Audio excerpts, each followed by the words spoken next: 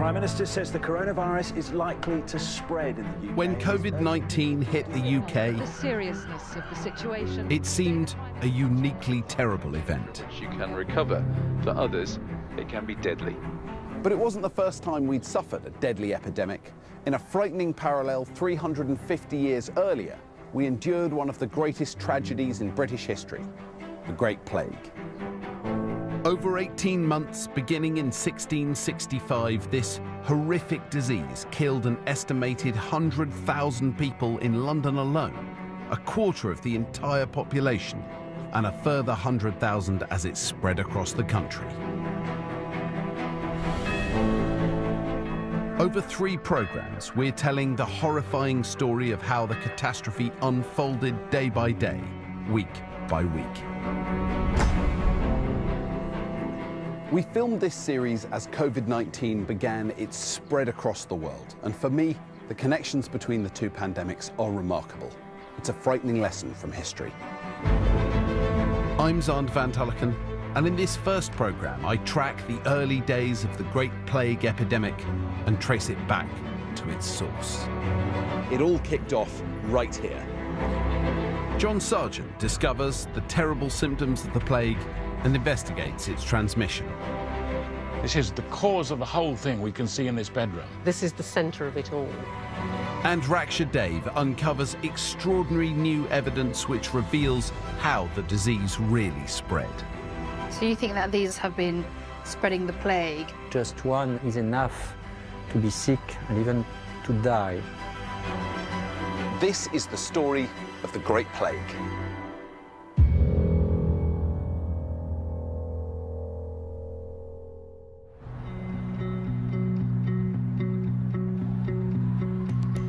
Twenty-first century London is a world away from the city of the 1600s. But in secret corners of the modern city, we can still find traces of what happened here in 1665, the deadliest epidemic in Britain's history, the Great Plague. With my knowledge as a doctor of modern infectious disease, I'll be investigating how the plague devastated first London and then large parts of the country. The first thing I need to figure out, as with any disease outbreak, is how and where it started. And this book, A Journal of the Plague Year by Daniel Defoe, the famous author of Robinson Crusoe, has some important information for me. Defoe was just a child at the time of the Great Plague, but his book is believed to be based on the account of his uncle. He tells us that 2 men, said to be Frenchmen, died of the plague in Longacre, or rather at the upper end of Drury Lane. Well, Longacre runs down there. This is the upper end of Drury Lane. It all kicked off right here. It's believed the Frenchmen were weavers who imported the plague into London in an infected shipment of cotton. The first 2 deaths were in December 1664, but then there were no more until 4 months later, in April 1665, when 2 more people died. All 4 of those early deaths occurred here, in an area around Drury Lane called St Giles in the Fields. It seemed like an outbreak was brewing. Today, this is the heart of London's theatre and nightlife. But 350 years ago, it was a new suburb, recently sprung up outside the official City of London. In the 50 years before the Great Plague, countryside around London had been swallowed up as the population doubled from 200 to 400,000 people. Like many of the suburbs that sprung up outside the ancient city walls, St Giles was one of the poorest areas of London. Here, slightly better off people would have lived on one of the main, wider streets, but off those streets were narrow alleys like this one.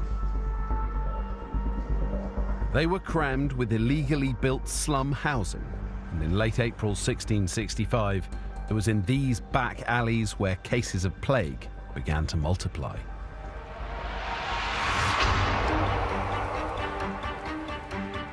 Families of up to 10 people were crammed into 2-room houses.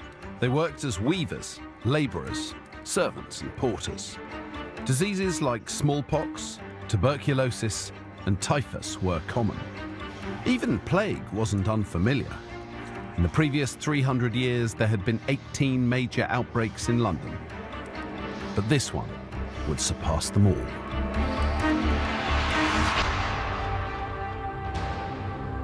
In the first week of May, the plague spread to several streets around St Giles in the Fields, and there were 9 more deaths.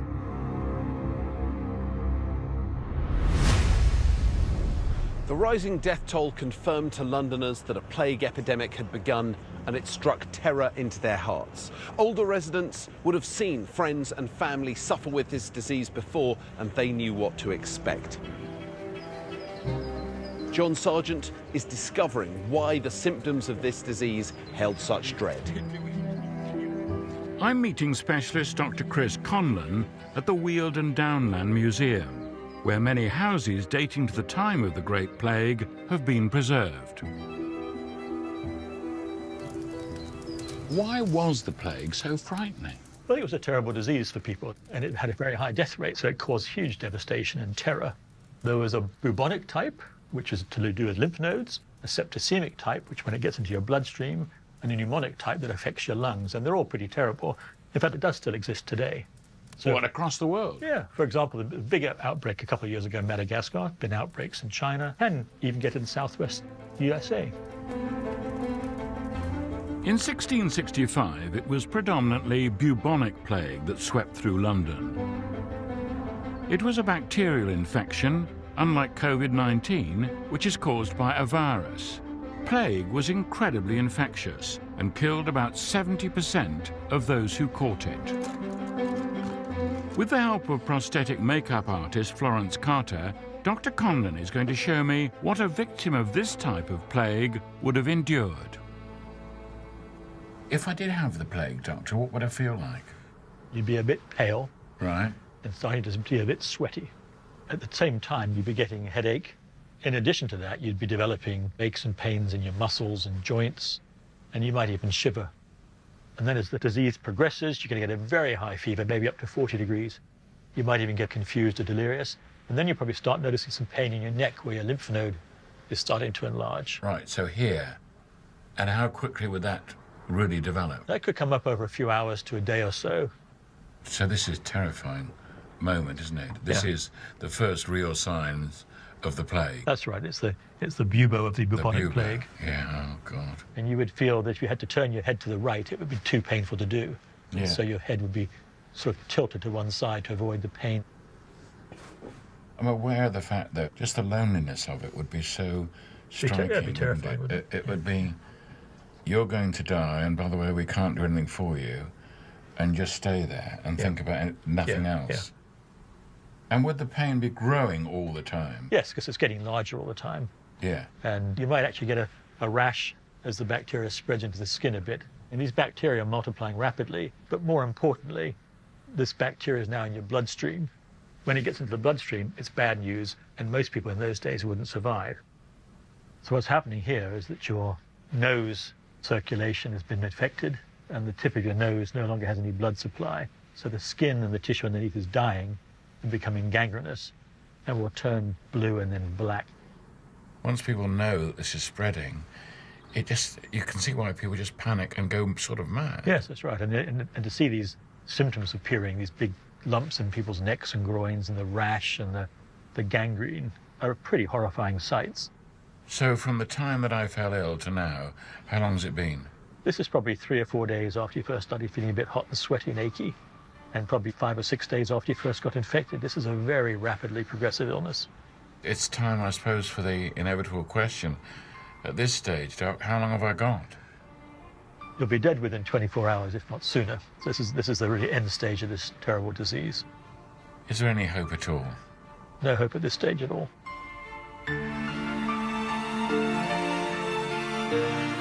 By early May 1665, 13 people had died of plague, and thousands more were now at risk from this incurable disease. And fear was stalking the streets of London.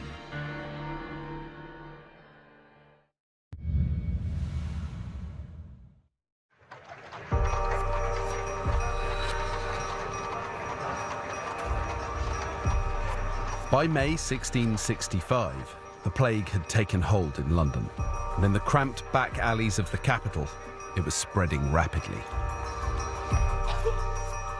In the 4 months since the first reported case, 13 people had died, and many more were now infected. Londoners feared this was only the beginning. In a terrible foreshadowing of the events of 2020, they had watched with growing concern as the epidemic headed towards Britain. An eruption of plague in Turkey in 1661 had spread to the great ports of Holland, where in 1663 tens of thousands had died. To stop it crossing the channel, a blockade was set up at Tilbury Fort, 20 miles downstream from the city. Any ship that arrived without a certificate of health was held in quarantine for 30 days. Not just that, but in fact 2 Navy ships were set to patrol the Thames all the way up to London Bridge here. And for a year, those measures worked. But then, as we know, the plague breached those defences and made its way into London. The deadly plague bacteria produced symptoms in around 3 days and killed more than half of those who contracted it. Back then, they didn't know about bacteria. They only knew this disease by its horrific effects. Now, of course, we know rather more, and Raksha is going to meet this most deadly of diseases face to face. Understandably, there aren't many places in Britain today where you can find Yersinia pestis, the bacteria that causes bubonic plague. Morning.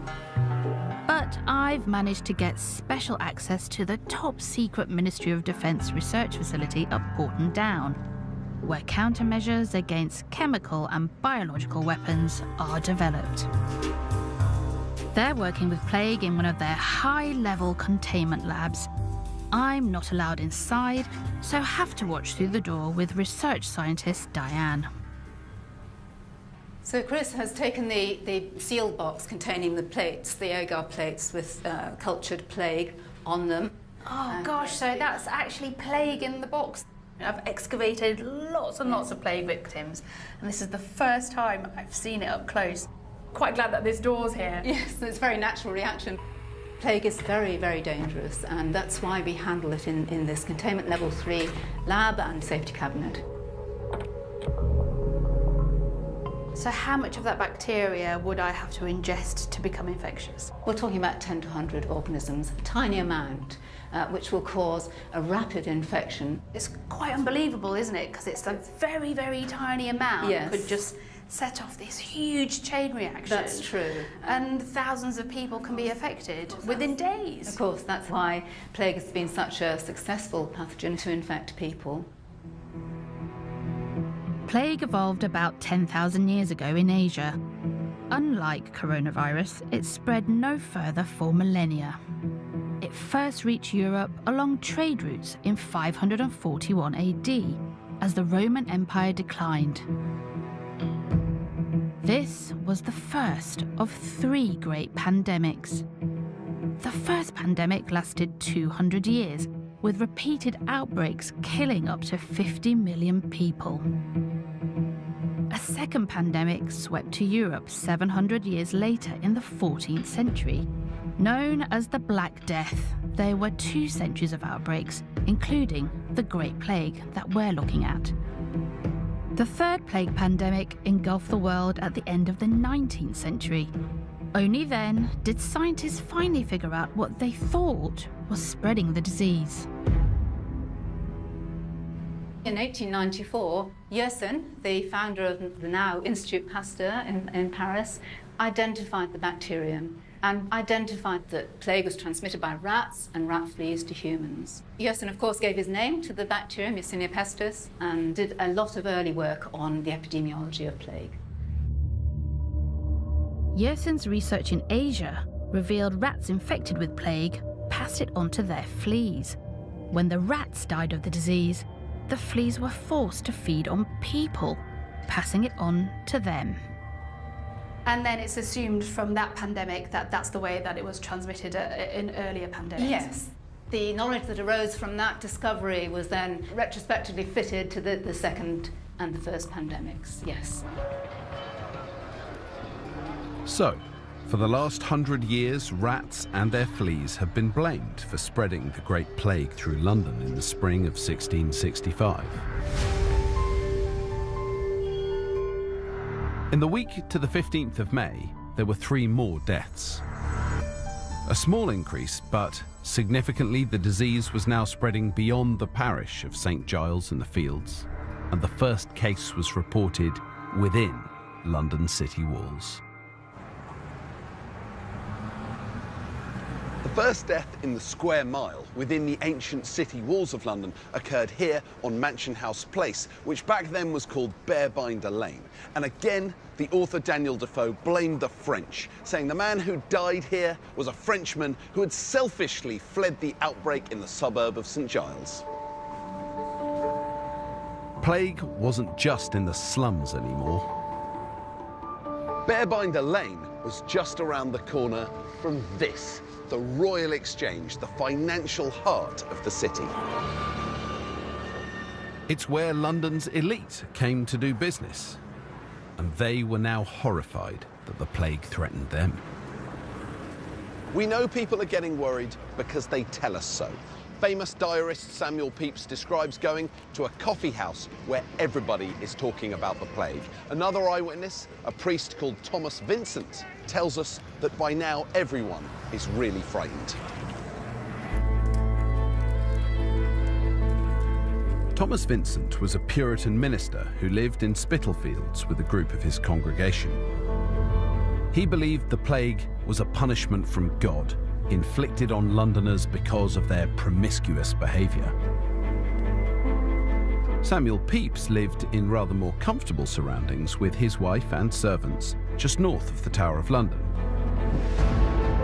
He didn't blame plague on the Almighty, but instead wrote, only God could save them from the disease. Both men knew from experience the rising death toll indicated a terrible epidemic was coming.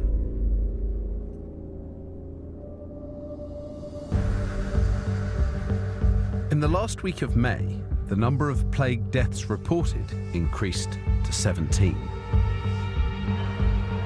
Most victims were still in St Giles, in the alleys near Drury Lane. Despite the growing fear, normal life in the area continued. Alehouses, coffee houses and theatres were still packed with customers.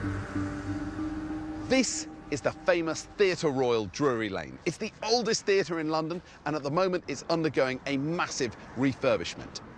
But the original theatre was built on this site 2 years before the outbreak. It was established by King Charles II himself, hence the royal in the name.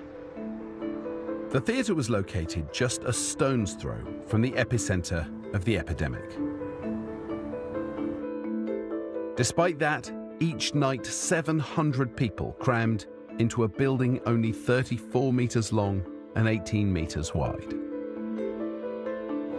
But it gradually became clear that normal public life couldn't continue. It was at this point, in June 1665, that the rising death toll finally forced King Charles to close the theatres. To find out how people were reacting to the rapidly escalating epidemic, I'm meeting historian Vanessa Harding. We're here in St Giles in the Fields, and it's this parish where the plague began in 1665. How are people in London feeling at this stage? I think they're starting to get really quite worried. The number of deaths by the end of May is as many as the last 6 or 7 years put together. And people do have a lot of experience of plague in London, and they know that if deaths start to rise in the late spring, early summer, and don't go down again, then there's a good chance they're in for a bad epidemic. Why does it begin here? At the time, this is a western suburb of London. We don't know why it starts here. But one of the things that's really interesting is that this is about as far as you can get from the port areas of London. So if plague is being imported from abroad on fleas, on rats, on ships, if that were true, then you would expect it to start down by the waterside or in the East End. This is almost the last place you'd expect it to begin. OK, so that's quite mysterious.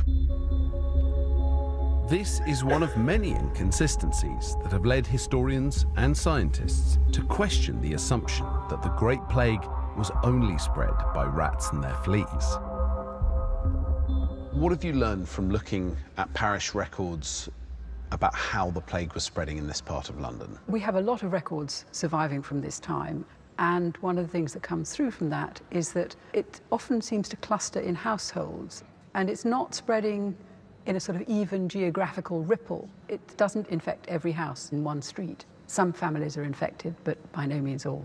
So that to me would suggest it's spreading person to person rather than having rats, which you'd expect would move it all the way along a street. Yes, yes, it certainly looks like that. So you've got these inconsistencies with the geographic location, with the way it's spreading. Are we sure this is bubonic plague? We do know that now. There have been quite a lot of excavations of buried bodies of human remains from plague sites over the last few years, and analysis of the ancient DNA shows that Yersinia pestis was present. So we know it's plague, but the inconsistencies remain. Yes, and I think that means we have to look again at what we think we know about Yersinia pestis and it's being spread by rats and rat fleas, and think about whether there might be other ways in which it's being spread. So what you're suggesting is that we have to rethink everything we know about bubonic plague and how it spreads. Yeah. Wow.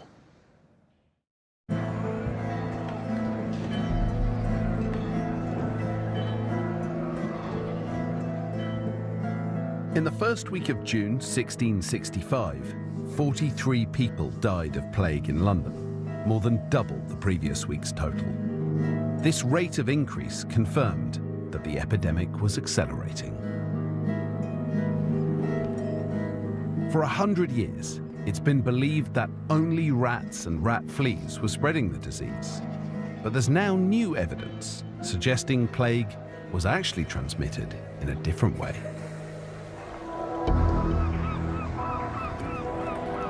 In Marseille, on France's Mediterranean coast, scientists have been investigating a new theory. A terrible plague epidemic struck here in 1720, 55 years after London's Great Plague. 100,000 people were killed. It was Europe's last ever epidemic of the disease, and since then, Marseille University has been at the cutting edge of research into its causes. Recently, they've made some astonishing discoveries. The work here was overseen by Professor Drancourt. He's taking me to see the animals he has identified as plague transmitters. Oh, here we go. And they're not rats. Right. They're bred in a secure room in the university's basement. If you can just open the incubator and show us Wow. the bugs, terrible bugs. So these are body lice. Oh. So you can have a closer look.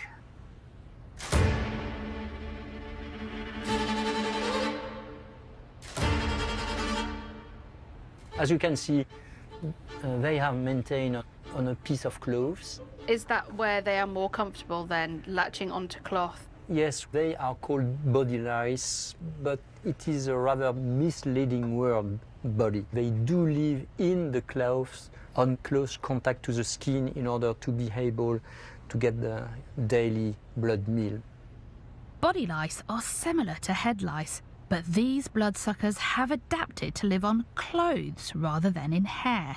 While head lice are still widespread in Europe today, modern laundry methods have almost eradicated body lice. So you think that these little bugs have been spreading the plague? Yes, we do think that they did play a crucial role in plague epidemics. And how did you figure that out? So we injected plague in a rabbit, and then we put the lice on the skin of the rabbit, and these guys were able to get the plague from one infected rabbit and transmit to another one and transmit to another one, in fact. And so definitively lice is competent to transmit the plague. So how long does it take for the rabbits that didn't have the plague to then be infected by the plague? 24 hours, that's enough. 24 hours? Yes, 24 hours. And just one is enough to be sick and even to die. Wow. And there's another human parasite bred here that's also been proved can spread bubonic plague directly without any rats involved. Some people may carry fleas also. The human fleas may transmit the plague from one sick people to another one. So it is another example of a human ectoparasite fueling the plague in a community. So fleas can spread plague without rats being involved at all? Exactly. If you just get the rat and the rat fleas, you cannot really understand how plague move from one guy to another one and so on, in order to get thousands of dead a week in London, for example. It is necessary to put body lice plus the human fleas in the scenario to understand what really happened. When I was first taught about the plague at school, I was told that it was incontrovertible scientific fact that it was rats and its fleas that was spreading the plague. But what I've just learned has just turned all of that on its head.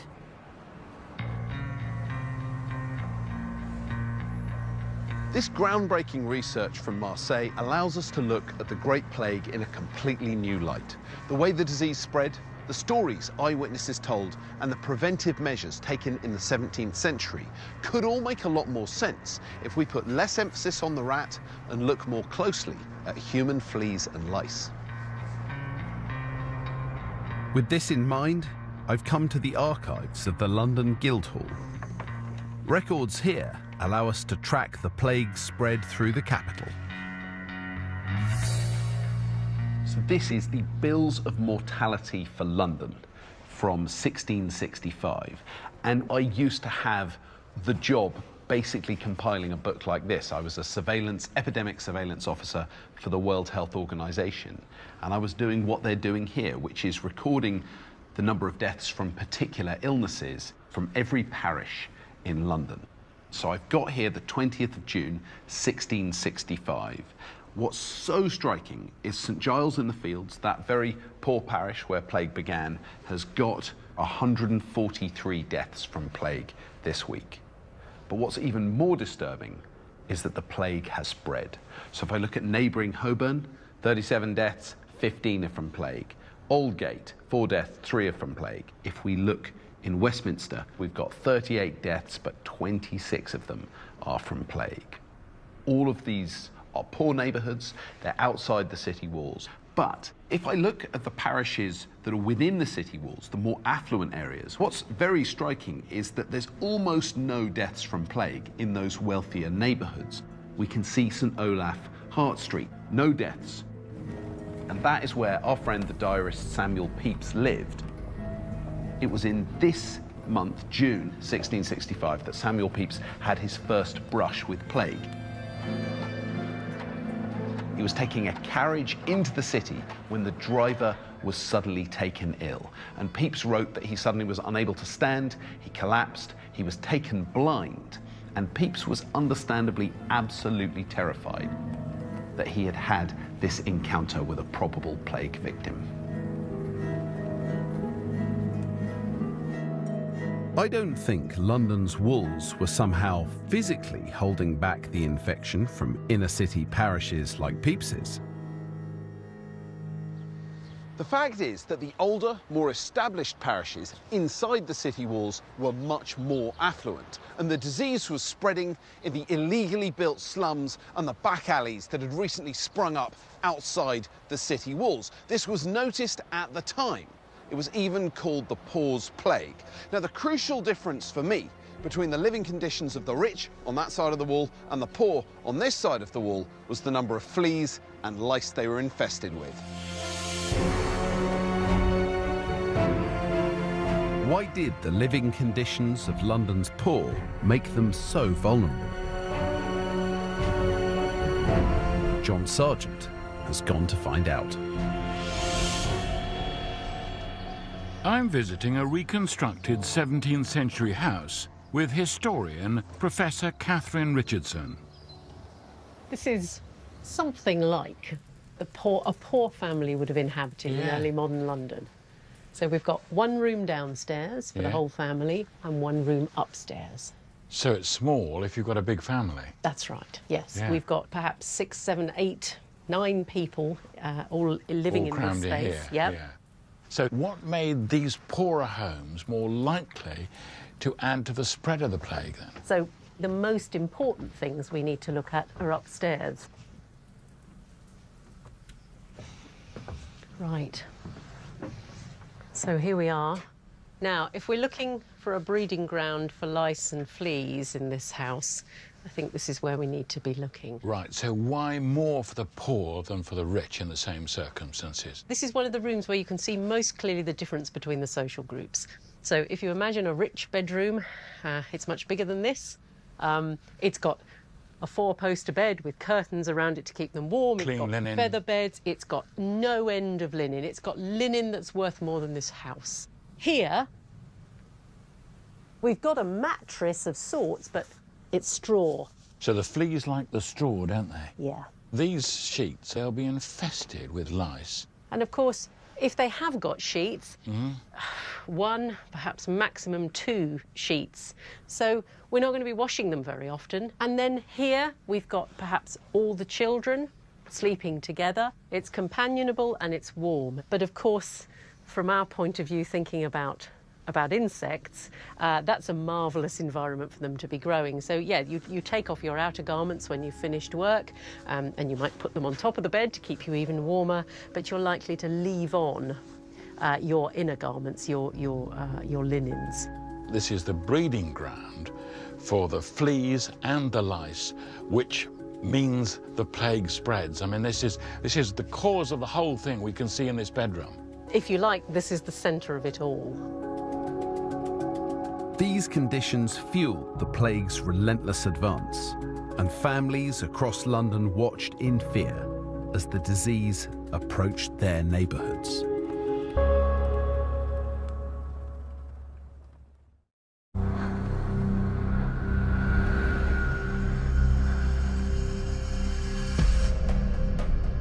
By mid-June 1665, the plague was accelerating through London, and 168 people a week were now dying.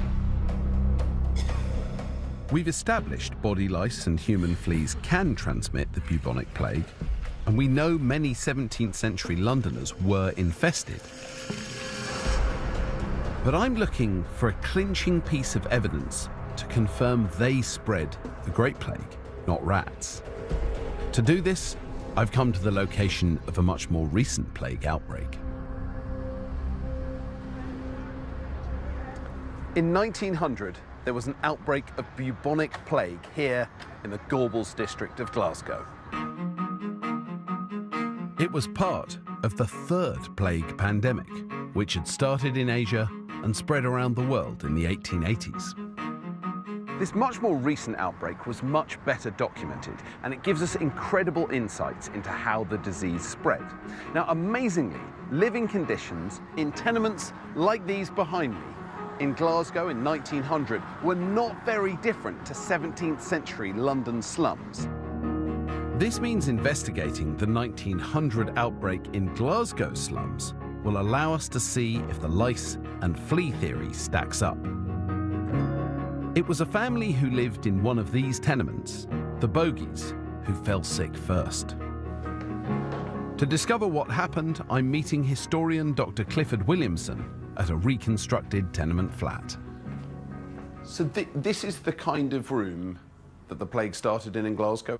Absolutely. This is your typical Glaswegian tenement kitchen, living room, apartment. So you could have a family of, 10 living in 1 or 2 rooms this size? Absolutely, and it would be incredibly commonplace. Now, talk to me about the Bogie family. Who were they? They live on the bottom rung of the ladder. The father is a docker. The granny sells fish outside pubs at closing time, just to make ends meet. So who falls ill first? It's the grandmother that falls ill first and the grandchild. And it just appears to be another infectious disease, which is something which they will see constantly throughout their lives. So the grandmother and the granddaughter die. Talk me through what's happening in the wake. You've got people visiting. Where are the bodies? The body is right in the centre of the room, because that's the focus of attention. And hundreds of people are coming through the doors like it's a football turnstile. At the time, there were reports that they were kissing the face of the corpses. Apparently, that's part of the ritual of the wake. If you've got a body laid out on this table that's just died of plague, and lice leaving that body, that is a catastrophe. Oh, it is a disaster waiting to happen. So people disperse from the wake. Yep. What happens then? Well, the infection becomes mobile. It's now got carriers who will then start to create little hotspots of infection, all of their very own. Families across Glasgow began to fall sick with plague.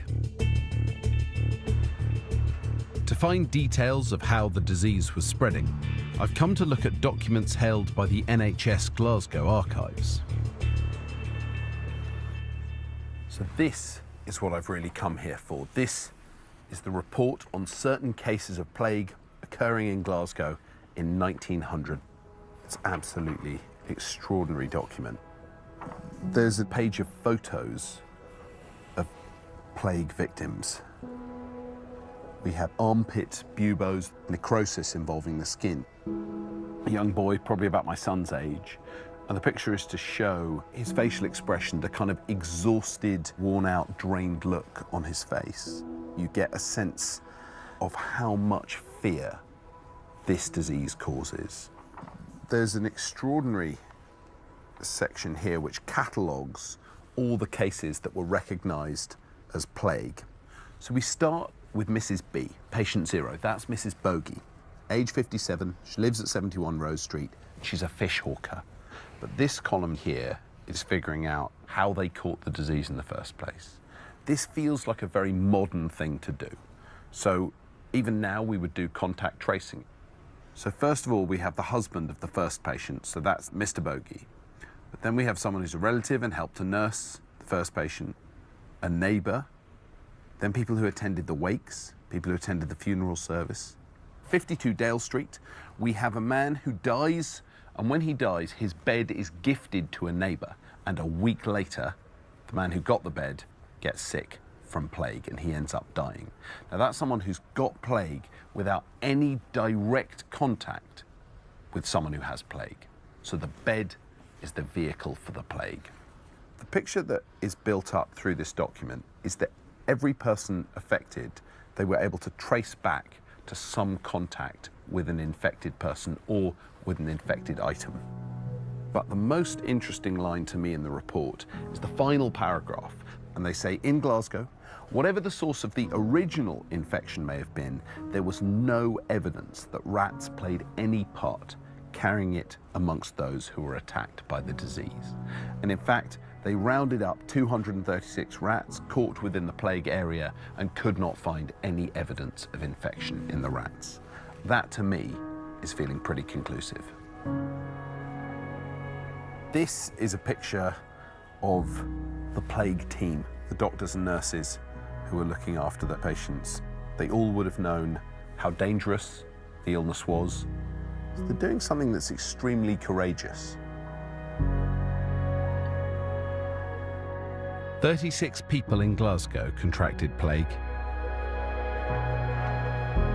16 of them tragically died. They were living in squalid, overcrowded houses, just like the slums of 17th century London, infested with lice and human fleas. Which convinces me it was primarily human parasites that had so rapidly spread the bubonic plague to 20 London parishes by the 26th of June, 1665. The weekly death rate had jumped to 267 and was almost doubling every week. There was no local government in the 17th century, so it was officials from the parish churches who had to try and deal with this spiralling epidemic. One of the few buildings that has miraculously survived from the time of the Great Plague is St Bartholomew the Great, London's oldest parish church.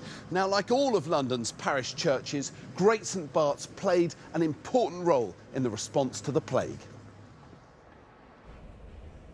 Parish officers organised money and food relief for the poor.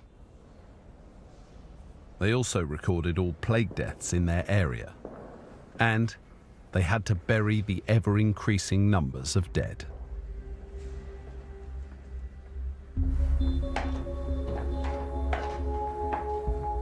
Each of those deaths was marked by a tolling of the church bell. The actual bell that rang out here during the Great Plague survives. It dates to the early 1500s, and it still works. I mean, this is amazing. So, this is the great bell that's going to ring, but before it does, I'm just going to get in my ear defenders because I think it's going to be pretty loud. Tower Captain Paul Norman still rings the bell today, just as his predecessors did 350 years ago.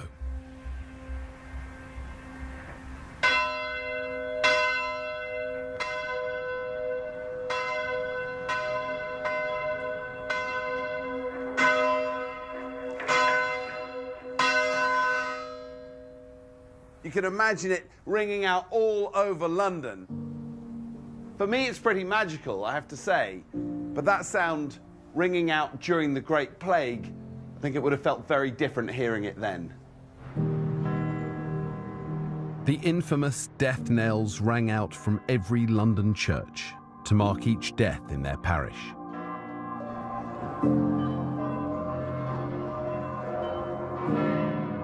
As the epidemic intensified in early July, the bells in the worst-hit parishes were tolling over 20 times a day.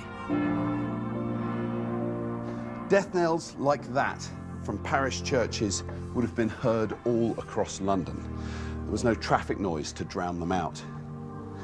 And as they began to ring with more and more frequency, it would have been a forbidding reminder of the ever-increasing onslaught of the plague. And as the bells closer to your neighbourhood began to ring, you could literally hear the plague approaching. It must have been terrifying. As the bells continued to ring out, they triggered panic and the greatest mass exodus London has ever seen.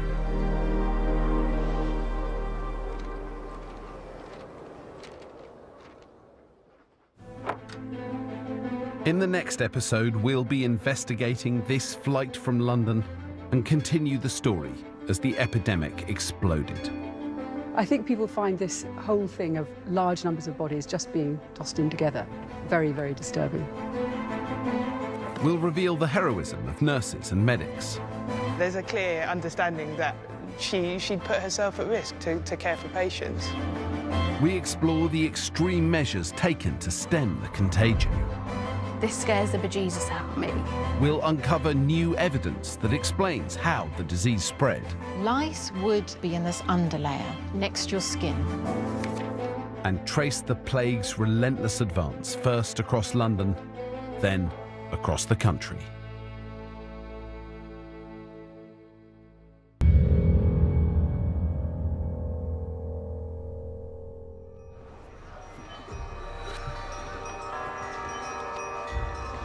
In April 1665, people began to die of plague here in what was then the poor suburb of St Giles in the Fields, on the very outskirts of London. And as the spring grew warmer, the number of cases began to skyrocket. 2 months into the outbreak, the number of plague deaths was doubling every fortnight. By the beginning of July, 470 people a week were dying, and thousands more were falling sick. The deaths were overwhelmingly in the poor suburbs to the west of the walled city of London, but the contagion was now spreading east. Terrified by this spiralling epidemic, most better-off Londoners now decided to try and escape the city. Tens of thousands of people fled London in the greatest exodus in the city's history. The people that fled were those that could afford to. The merchants, the lawyers, the professional classes, and the streets were clogged with coaches and carts piled high with servants, clothing, and prized possessions. Almost every noble family also escaped London, including King Charles II, who fled to his palace at Hampton Court, 10 miles away. Mostly, it was the poor who were left behind. They had no choice. They needed to keep working to survive, and they had nowhere else to go. And it was in the back alley slums where they lived that the plague was already most rampant.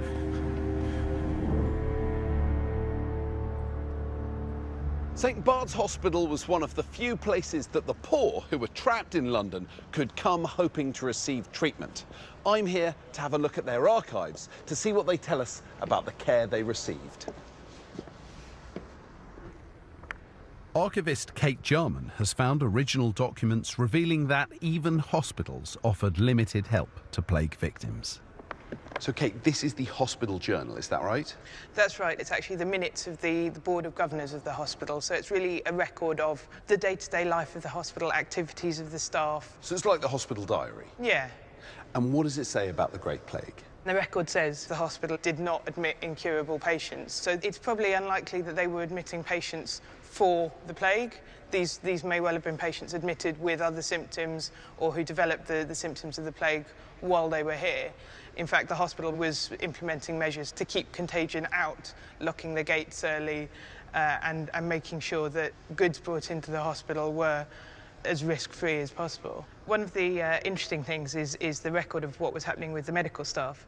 So here we can see the governors have ordered that the £100 due to Dr Micklethwaite and Dr Turns not be paid to them. And that's because they'd actually left London. They'd decided that the city was too contagious, and in common with a lot of people of their class, they would have got out of town. I mean, I can understand why they left, but it doesn't feel like what doctors should be doing. Yeah, but I think what's also interesting, really, is the stories of those who did stay. People like Margaret Blagg, who was the matron of the hospital at that time. So she was responsible for the 15 nursing sisters who looked after the wards of the hospital. The record says, having respect towards Margaret Blagg, matron, for her attendant and constant great pains about the poor, in making them broths, caudles, and other like comfortable things for their accommodation in these late contagious times, wherein she hath adventured herself to the great risk of her life. Wow, I love that. She adventured herself to the great risk of her life. You know, there's a clear understanding that she'd put herself at risk to care for patients. Just like NHS nurses today. Absolutely. You definitely feel very aware that the less paid, less trained, less valued healthcare workers have stayed and done the heroic work. Absolutely. Other physicians did bravely stay in London throughout the Great Plague. One was William Boghurst, an apothecary, an early type of pharmacist. He made a vivid record of his attempts to treat up to 40 patients a day. He dressed buboes, the swellings that formed on necks and groins. He held people as they thrashed and raged, overcome by unimaginable pain and fever. And he stayed with them in their final hours, closing their eyes when they died.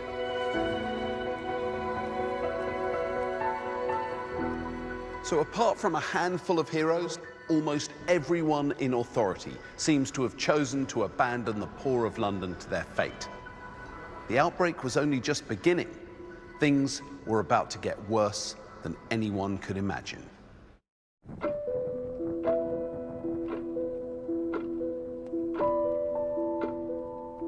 In mid-July 1665, the official number of weekly deaths in London surpassed 1,000.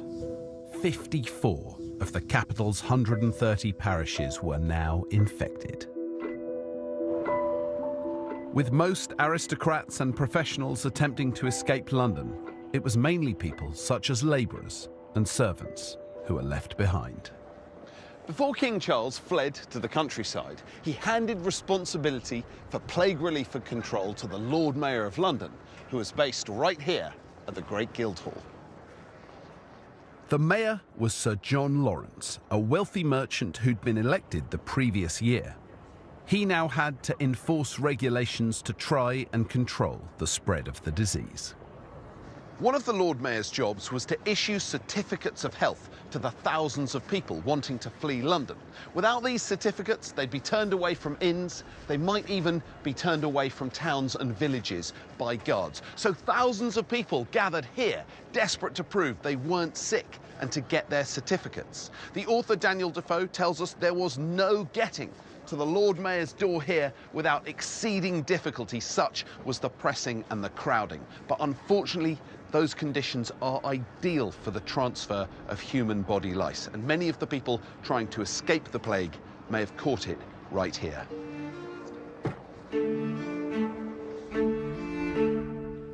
This is the Great Hall, where the Lord Mayor conducted business.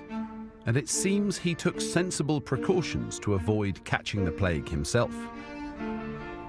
We're told the mayor had a special gallery built.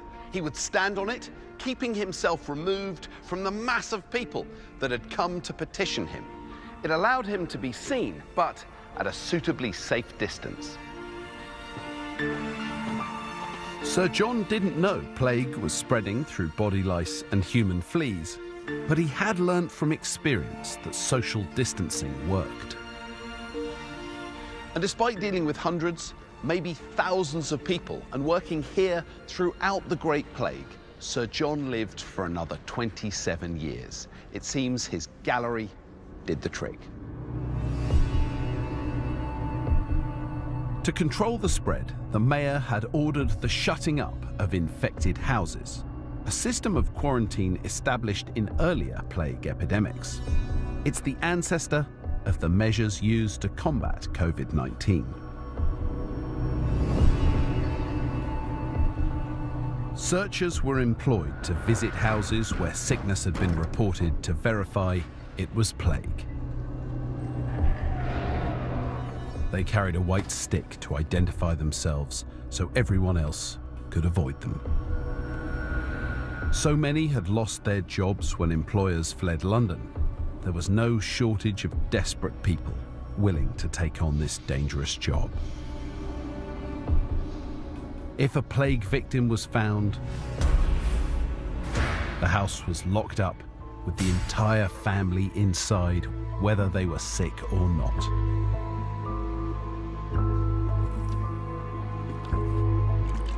A red cross was then painted on the door, along with the prayer, "Lord, have mercy upon us." Watchers then guarded the house day and night to ensure no one escaped.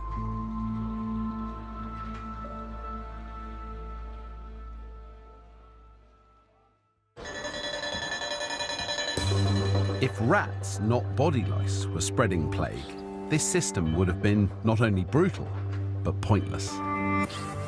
Rats could still have moved around freely, spreading the disease between houses. But would enforced quarantine have stopped transmission by body lice and human fleas? Raksha has gone to investigate. I've come to the London School of Hygiene and Tropical Medicine. I'm meeting Professor James Logan to learn more about the behaviour of human lice and fleas. The thing about lice is that they're hugely adapted to living on us, and they can't survive when they're not on us. And the reason that they live on us is because they suck our blood. There are different types of lice that you can have. So we're very familiar with head lice, but there is a very closely related species. In fact, it's kind of the same species, really, the body louse, And it's very similar in terms of its behaviour, but body lice, they've kind of evolved to live on clothing. So one thing we know about body lice in particular is that they're capable of transmitting diseases. So head lice can't really do it, but body lice can. And some of these diseases are pretty serious, like typhus or trench fever. And of course, now we know that they're also capable of transmitting the plague. So I can actually show you some. I've got some live lice here. These are head lice. Body lice are incredibly rare in Britain today. Well, let me see if I can just find one that looks nice and active. So I put my arm under the microscope here and pop it on. Okay. It's grim. It's completely latched on, hasn't it? Oh yeah, it's going for it. It's actually feeding off you. Yeah, you can. And look, can you see the blood there? Yeah. It's like pulsating in. Rather you than me. Ugh. If a body louse is infected with plague, their bite injects the bacteria into the victim, which then travels to the nearest lymph node, where they multiply rapidly to produce buboes, the swellings that give bubonic plague its name. If you've got body lice, how then do you then spread it to me? They are incredibly infectious. They're designed not just to live on us, but also to spread to other people as well. They've got hooks on the end of their feet, essentially on the end of their legs, which they use not just to cling on, but to cling on to something passing by as well. Imagine if I had thousands and thousands of lice, they would get onto you pretty easily. But some of them can actually even crawl. We reckon they can crawl sort of 4 or 5 meters in a day. And when they're off the host, they're incredibly uncomfortable. So they're going to do everything that they possibly can to get back onto something that's alive and going to give them blood. If sick people's clothes were infested with body lice, they could spread the disease by simply brushing past someone. And following death, the infected lice would leave the corpse in search of a new host. Okay, so that was lice. What about fleas? Well, I've got some fleas here. There are lots of different types of fleas. So some fleas are adapted to live on us and feed on our blood. Other fleas are designed to live on other animals like rats or cats or dogs. For 100 years, it was believed only rat fleas could spread plague. But the new research has revealed human fleas can pass it directly, person to person. Look, it's got those jumpy long legs, hasn't it? Yeah, that's right, and that's what everybody associates with fleas, is their brilliant ability to jump and hop around the place, and that's how they get onto us. So they don't live on us like body lice do. These guys actually live in the environment, so they'll live in your home, in any sort of upholstery or textiles. Then when a host comes along and it feels the vibration and it senses the carbon dioxide given off by our breath, it kind of wakes it up and it will come out and start to blood feed on us. They don't tend to go very far. They will move around a little bit, but they wouldn't tend to move from house to house themselves.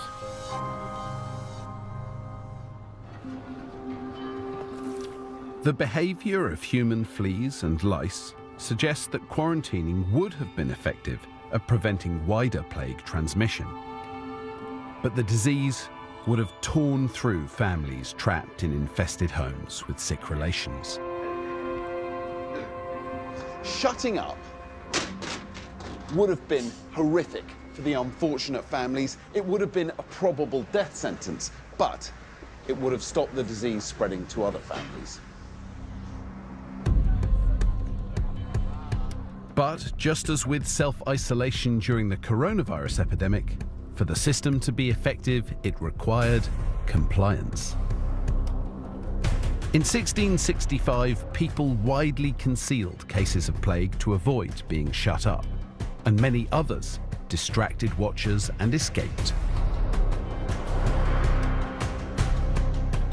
The rejection of the system was strikingly demonstrated here at the Ship Tavern in Holborn.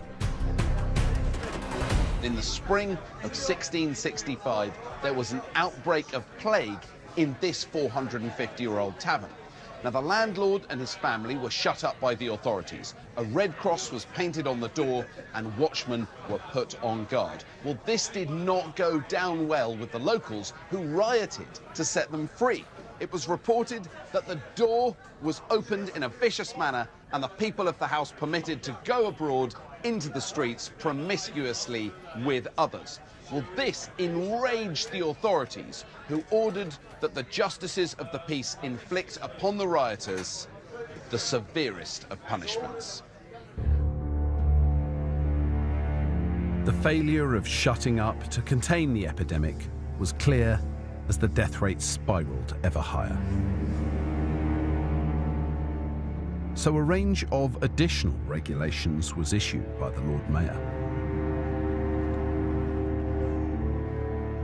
So this is an original copy of the orders conceived and published by the Lord Mayor concerning the infection of the plague. So we've got the watchmen here, we've got the searchers, we've got shutting up of houses, but a lot of these orders don't seem to make any sense if you believe that plague is spread by rats. It looks more like the superstitions of ignorant people.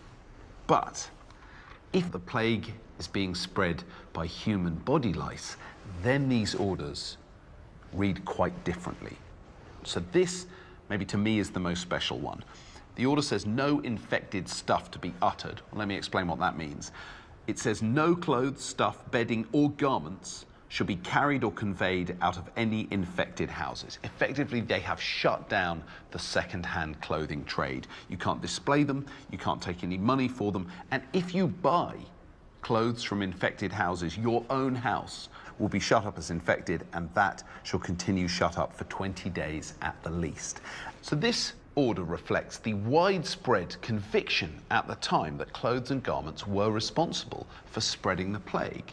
Now, they hadn't made the exact connection with human body lice, but they did seem to know more than we thought about the way the disease was spread.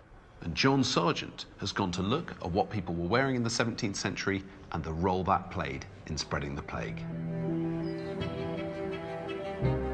Susan Vincent has researched the link between body lice and clothes and how the different clothing worn by rich and poor determined how vulnerable they were to plague. Well, hello. Hello, John. Nice to see you. You look terrific. Thank you. Thank you very much. Right, so you're dressed as what? A very well-off woman? I would be a woman of the upper middling sort, so rather wealthy, but not of the very elite. Right, now you're all dressed up, but I'm not. What would I be wearing? Oh, well, we have some clothes here for you to try on. Yes? This is going to be... this should be fun. Right. OK, see you in a moment. Good luck. Like Susan, I'm dressing as a wealthy Londoner. Right, well, what do you think? John, terrific. That's wonderful.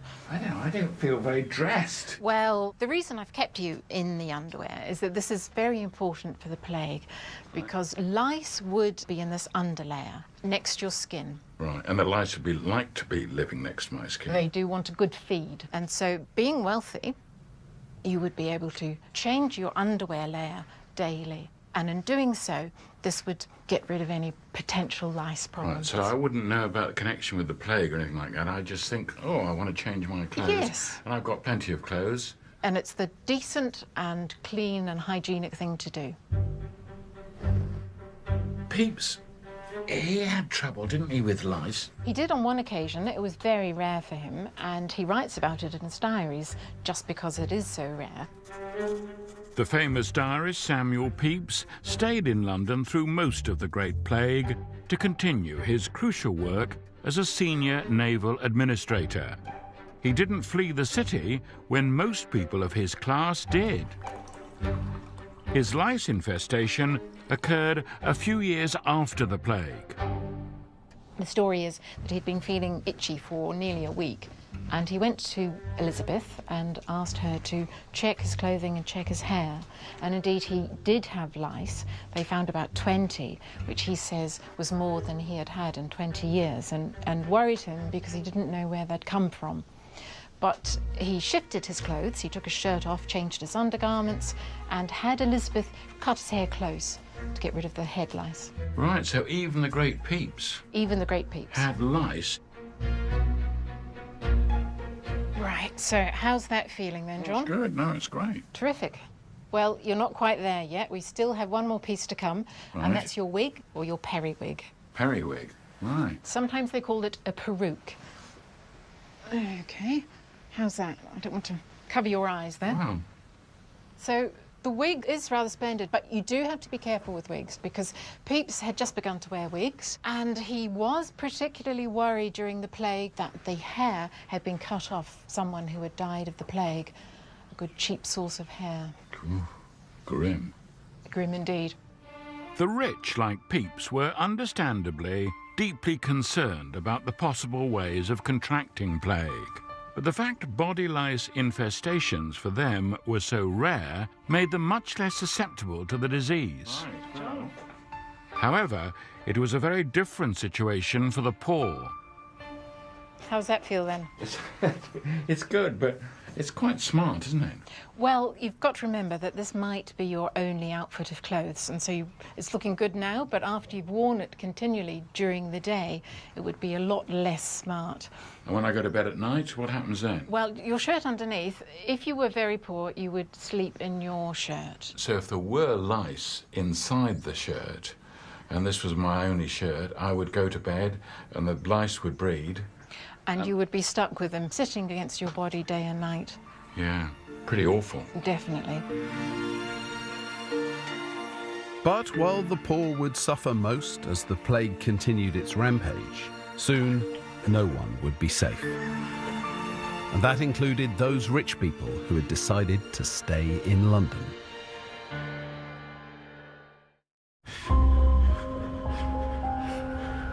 By the end of July 1665, nearly 300 Londoners a day were dying of plague. The disease had spread from the western suburbs to almost every area of the city. The northern suburbs of Clerkenwell and Shoreditch were now the worst hit. The death toll reached 6,774. Samuel Pepys was one of the few wealthy elite who had stayed in London. Although still predominantly affecting the poor neighbourhoods, plague now reached his wealthy parish of St Olav Hart Street. He says he heard the death knell ringing out from his church 5 or 6 times a day. Along with everyone else who could, he self-isolated and rarely left his home. And this was just one of the ways that the people who stayed in London began to change their behaviour in an effort to save themselves. When they did have to leave the house, they tried to stay in the centre of the street to avoid getting infected from the houses on either side. And the streets became increasingly deserted. And if you did encounter anyone, you tried to keep a safe distance. People still needed food and supplies, and some shops remained open.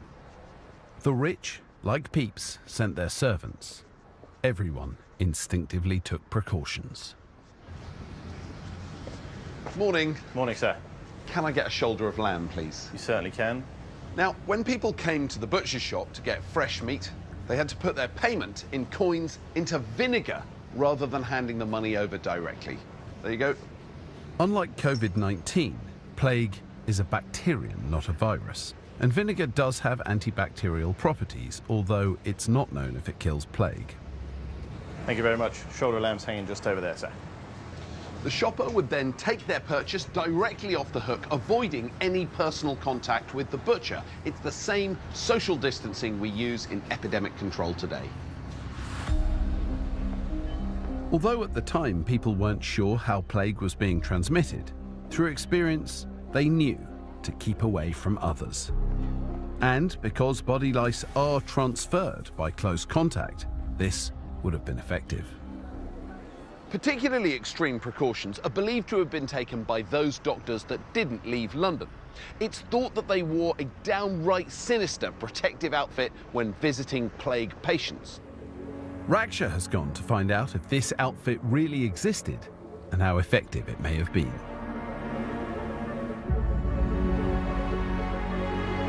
I've come to the London Dungeons. Here they have a replica of a plague doctor's clothing as part of their creepy Plague Street experience.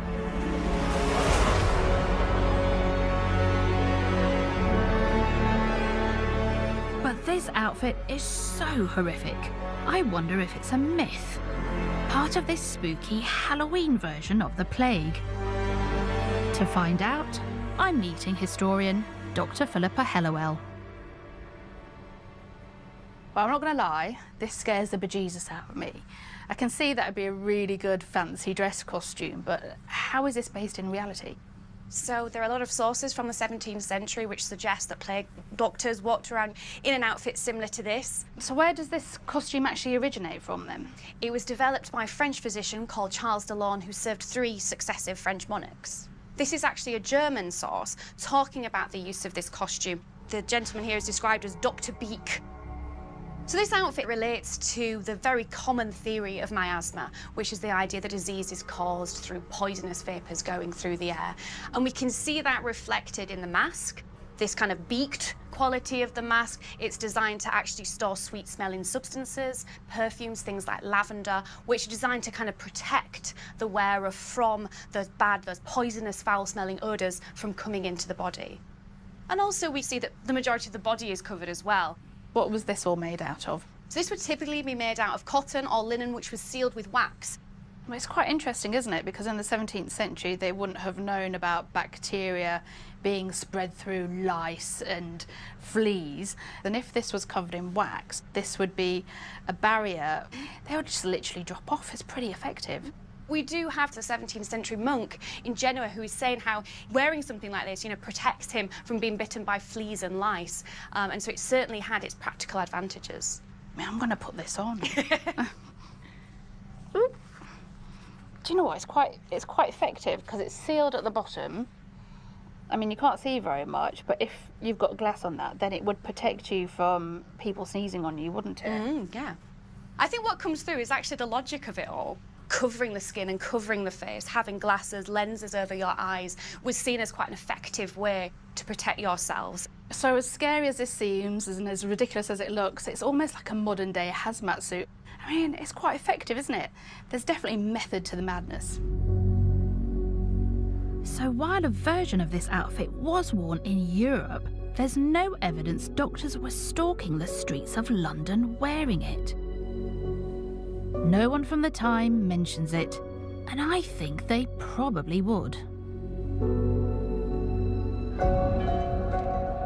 In the second week of August 1665, there were a shocking 3,880 plague deaths.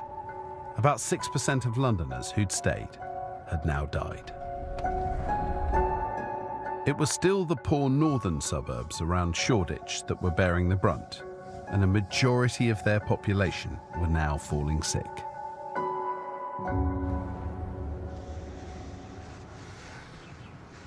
The worst affected parishes were also overwhelmed by dead. Some of them had to somehow bury 600 people a week. They didn't have the manpower to collect all the bodies or dig all the graves, and many of the churchyards were completely full.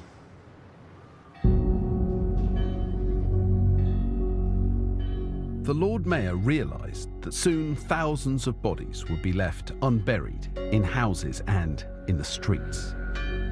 So a burial operation on an almost industrial scale was begun. Dozens of carters were hired to collect the dead. These dead carts patrolled the streets at night. A bell ringer walked ahead to call to families to bring out their dead, but also to warn others to steer clear of the infected corpses they carried.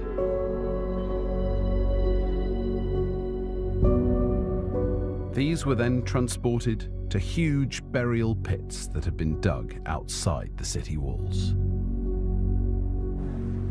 According to the famous author Daniel Defoe, one of the greatest pits of all was dug here, next to the Church of St. Botolph in Aldgate, just outside the old eastern city wall. Daniel Defoe tells us that this dreadful gulf was actually beneath my feet. It was 40 feet long, extending almost to the end of the alley. It was 15 feet wide, so about the width of this alley, and it was 20 feet deep. They only stopped digging when they hit the water table. To find out who was buried in this pit, I'm meeting plague historian Vanessa Harding. Hi, Vanessa. Very nice to see you. I've just been pacing out the plague pit outside. I think you've got the church records from the same period. Yes, these are the registers for September 1665. And what kind of things are we seeing at that time? This is one of the largest parishes, and it's one of the highest death tolls anywhere. We start on this page. This is the 8th of September. This is one day. Starts there, runs right down this page. Something like 90 people are buried in one day. I mean, that's amazing. Yes. So 90 deaths in a single day. Yes. There's no way you can put those people in normal traditional graves and have funerals, is there? No, no. They're not even burying in coffins anymore. And they're in mass graves, they're in plague pits at this point? Most of them, yes. It's clearly one of the traumatic sides of the epidemic as a whole, is that it destroys the ways in which people are used to taking care of the dead, paying proper respect, being able to see them into a grave.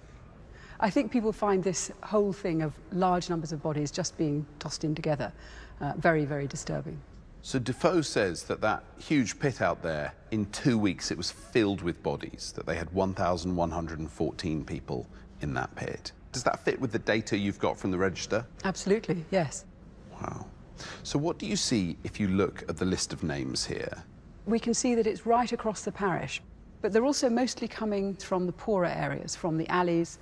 So it was Woolsack Alley, Harrow Alley, Three Kings Alley, Gravel Lane, Squirrel Alley, Still Alley.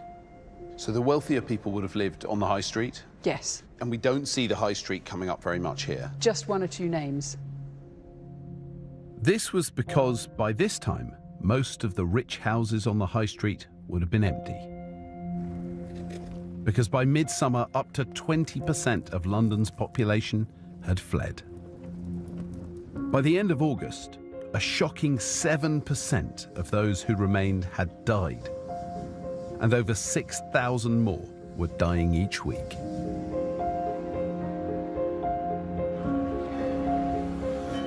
Anyone who'd stayed in the city was now losing friends and family. Thomas Vincent was a Puritan minister who lived in Spitalfields throughout the plague in a household of 8 people. He'd had 16 close friends he used to see every week.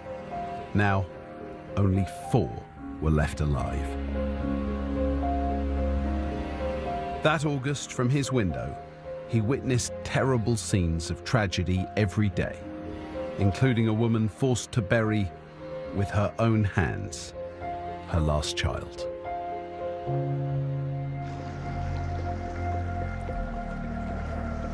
You couldn't walk through London that terrible August without coming across plague-ridden people limping through the streets. So Samuel Pepys preferred to travel by boat on the Thames to avoid the sick.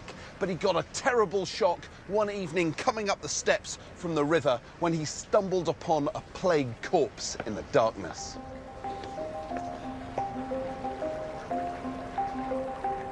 By midsummer, it's thought that 80,000 people had fled London, and hundreds more were holed up on boats lined all the way along the Thames as far as the eye could see. But the countryside was no longer a safe haven.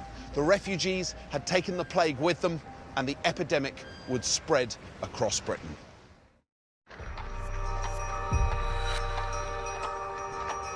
In the first week of September 1665, 7,000 people died of the plague here in London.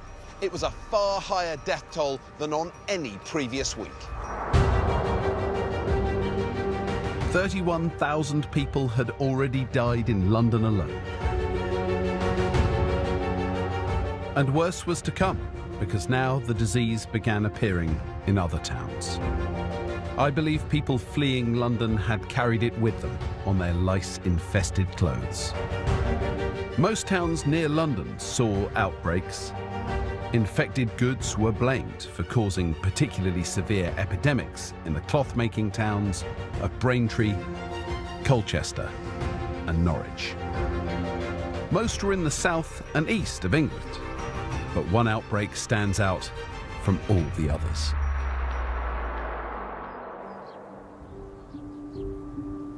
Eyam is a picturesque village far from London, tucked away in a valley deep in the Derbyshire Peak District. Even today, it's miles from anywhere.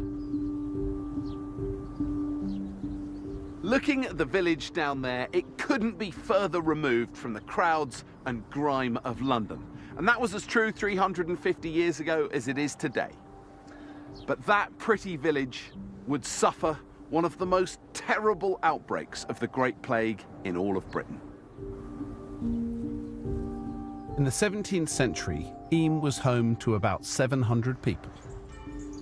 It was in these actual cottages that the Great Plague arrived in Eyam in the first week of September 1665. And this was intriguingly early because it hadn't even reached some parishes in London at this point. And yet somehow it had jumped all the way up here to the heart of the Peak District. And once again, the outbreak was blamed on a consignment of cloth.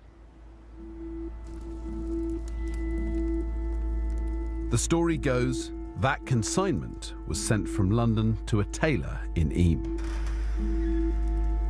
A servant, George Vickers, opened the box and discovered the goods were damp. He was ordered to dry them out by the fire. By doing this, he somehow, tragically, contracted the plague. In recent times, the story has been dismissed as a myth.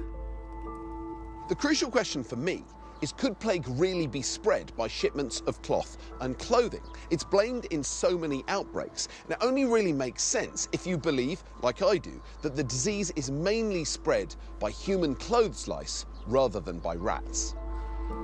But any infected lice in the box wouldn't have been able to feed. There was no one to suck blood from. So could they have survived the many days it would have taken a cart to travel from London to Eyam? Raksha has gone to find out.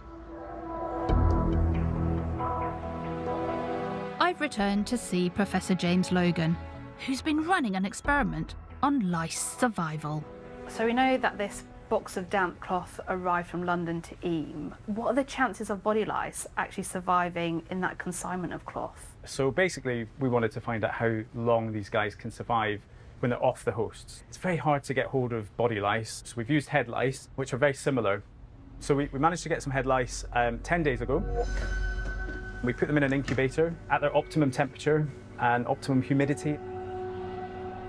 After 24 hours, about 80% of them had actually died. After 2 days, 90% had died. But by day 5, there was still one louse alive. It was quite incredible. That's remarkable, isn't it? Yeah.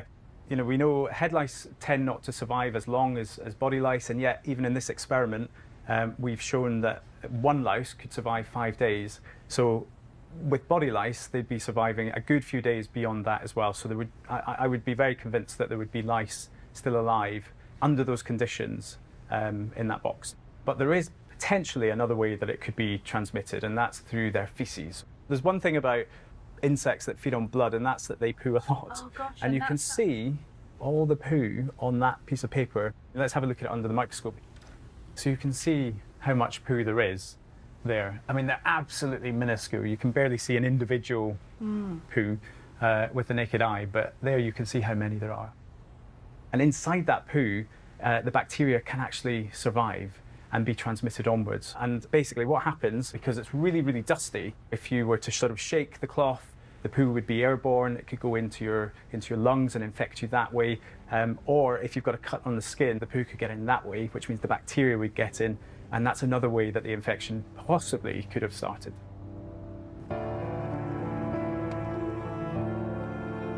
This experiment has shown the story of how the contagion spread to Eyam may be true. The box could have contained lice-infested clothes from a plague victim, or the person who packed it could have been ill. And even if no lice had survived, their feces may have infected the servant George Vickers. And his death, shortly after unpacking the box, began a terrible chain of events in Eyam. We know from wills and parish records that the first person to die, the servant George Vickers, lived in that cottage there. A fortnight later, Edward Cooper, only 4 years old, who also lived in that cottage, died. A day later, Peter Hawksworth, their neighbour at that end, died, and then a few days after that, Thomas Thorpe and his daughter Mary, the neighbours on this side, also died. This was only the beginning for the villagers. The disease would continue to spread, and next time we'll discover how it led to an extraordinary act of self-sacrifice by the people of Eyam.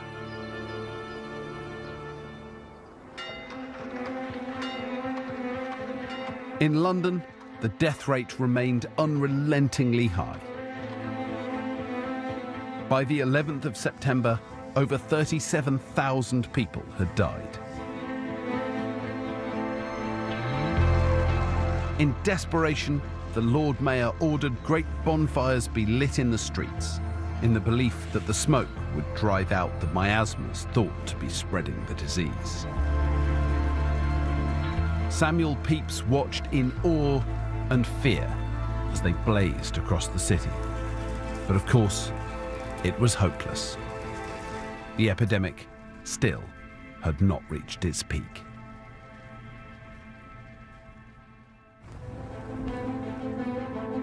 In the next episode, we discover how the plague overwhelmed the authorities.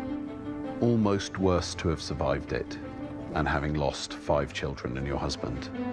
We investigate the medical treatments plague victims endured. You could heat that up, place it into the bubo to burn it. The pain would have been agonising. We learn how the villagers of Eyam made the ultimate sacrifice. It's almost like facing a certain death.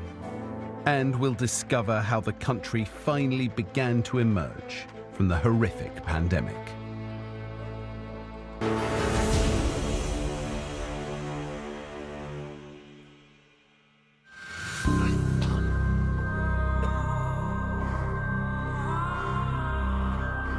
In the first week of September 1665, bubonic plague was raging through the streets of London. The death rate in the city had reached unprecedented levels. 4 months into the epidemic, almost 7,000 Londoners a week were dying. It had already killed more than 30,000, around 8% of the city's population. Each week, the death rate increased remorselessly with no end in sight. With over 1,000 people dying every single day, the onslaught began to overwhelm attempts to cope with and control the outbreak. A brutal system of shutting up had been established in an attempt to prevent the disease spreading. Entire families were physically locked into their homes by the authorities if just one of the household was identified as having plague. But by September, there were so many cases, it was impossible to police them. The system of shutting up was abandoned, to the horror of the famous diarist Samuel Pepys, who had bravely stayed in London when many of the wealthy had left.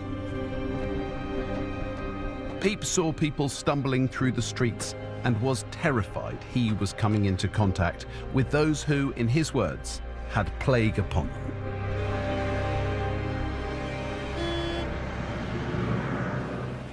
Another famous writer of the time, Daniel Defoe, describes the scenes that unfolded on London streets as order collapsed. Defoe's book about the Great Plague is thought to be based on the experiences of his uncle, Henry Foe. We're told that at the height of the outbreak, Henry Foe was holed up in his house right here on Aldgate High Street. It would have been where the tube station is. Now, like other better-off people, he lived on the wide main street, but from his window, he could see Harrow Alley, still here. This was one of London's infamous back alley slums, where body lice and human flea infestations allowed the disease to run rampant. This is what Defoe tells us was going on in this very spot at the height of the plague. Scarce a day or night passed, but some dismal thing happened at the end of that Harrow Alley, which was a place full of poor. Throngs of people would burst out, most of them women, making a dreadful clamour, a mixture of screeches and crying. On one occasion, Henry Foe saw a man with plague, overwhelmed by insufferable pain, run naked out here from Harrow Alley and set off down the High Street. He was chased by 5 or 6 women and children, crying out for him to come back and trying to persuade others to help them stop him. But no one, not even his family, was prepared to touch him. And Henry Foe, watching from his window over there, saw them all disappear off down the street.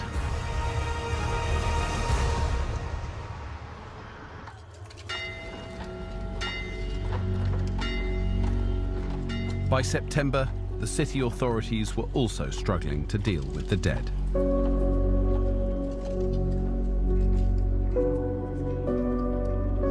There weren't enough dead carts to collect all the bodies each night for burial.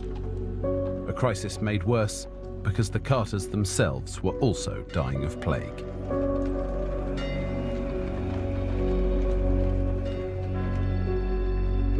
Desperate families resorted to carrying their own loved ones to the graveyards.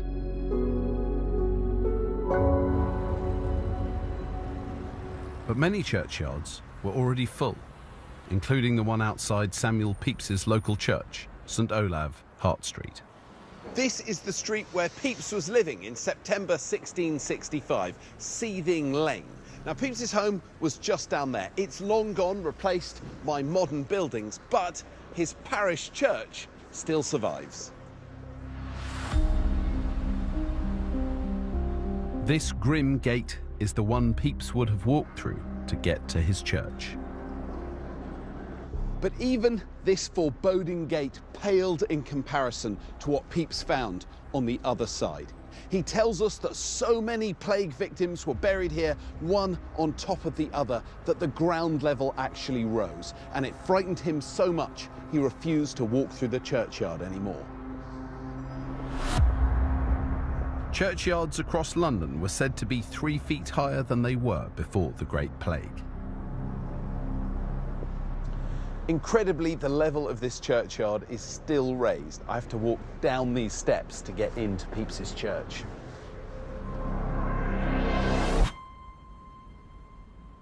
I'm meeting historian Vanessa Harding to discover what the church's burial registers reveal about life in Pepys's parish at the height of the epidemic.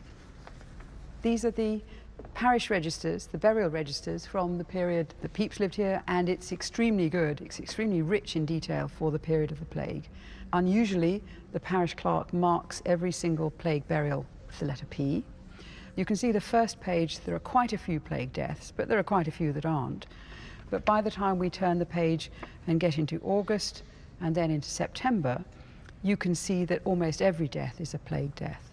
And people would have seen the plague moving through a family, clearing an Yes. entire household in a Yes. fortnight. Mm. And presumably that's what you see through the whole parish, that the place begins to, Yeah. it feels like the apocalypse. Yes, it must have done. I mean, particularly, I think, in some ways, because it's a wealthy parish, people may have thought they would escape. I mean, it's overwhelmingly clear from this book that once it gets going, even in a wealthy parish like this, no one is safe, that every part of London is affected. Yes, and there are some very dramatic and tragic stories here. So, for example, on the 10th of September, Zachary, the son of Edmund Poole, died of plague and was buried in the churchyard. And then the next day, his brother Henry, the son of Edmund Poole, also died of plague. Zachary was about 12 and Henry was about 14. I mean, quite hard to think about as a parent. Zachary is a year older than my son, and in 24 hours, Edmund Poole has buried 2 of his kids. That's right, but I'm afraid it gets worse. Just a few days later, we have Elizabeth, daughter of Edmund Poole, and her brother Edward, son of Edmund Poole. Both of them died of plague, 20th of September. And then we have, on the 21st of September, John, the son of Edmund Poole, buried in the churchyard. All of these marked as plague burials. So in 11 days, Edmund Poole's buried 5 of his children. Yes, probably all 5 of his children. Yeah. We don't think he had any more. Wow. And then, just a few days later, on the 25th of September, Edmund Poole himself dies of plague and is buried in the churchyard. Is there a mother? Does he have a wife? We know that his wife's called Elizabeth, and there is an Elizabeth Poole, a widow, living in the parish in March the following year. We find her as a householder. So I think it's quite likely she is the widow, the mother of this family. Almost worse to have survived it Yes. than having lost 5 children and your husband. Yes. Wow. Wow.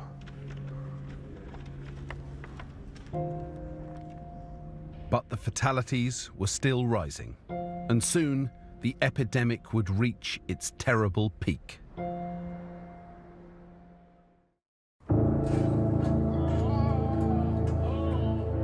In mid-September 1665, 4.5 months since the epidemic began engulfing London, the plague reached its peak.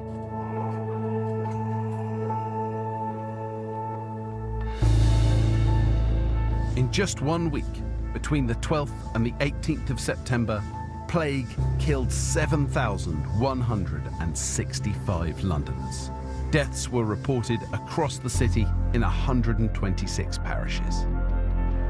And those are just the official figures. Many cases of plague were either misdiagnosed or deliberately passed off as something else. The real figure for that week was probably 10,000 cases, more than 1,400 a day. But as deaths in the capital spiked, it wasn't only Londoners who were suffering. The disease had spread to other towns and cities across the south and east of England. Worst affected were those with trade links to London.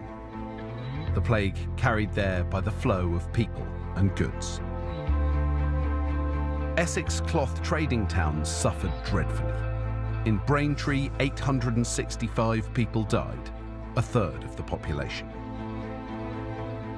In Colchester, it was even worse. There were over 5,000 plague deaths here, half the population, a higher proportion than any other major town, including London. From there, the disease was transmitted to the university town of Cambridge, where, in a foreshadowing of the events of 2020, the students were sent home. Maritime trade with London took the disease to ports, including Portsmouth and Southampton. And ships even carried it as far north as Newcastle. In all these places, the graph of deaths was heading upwards in the hot summer of 1665.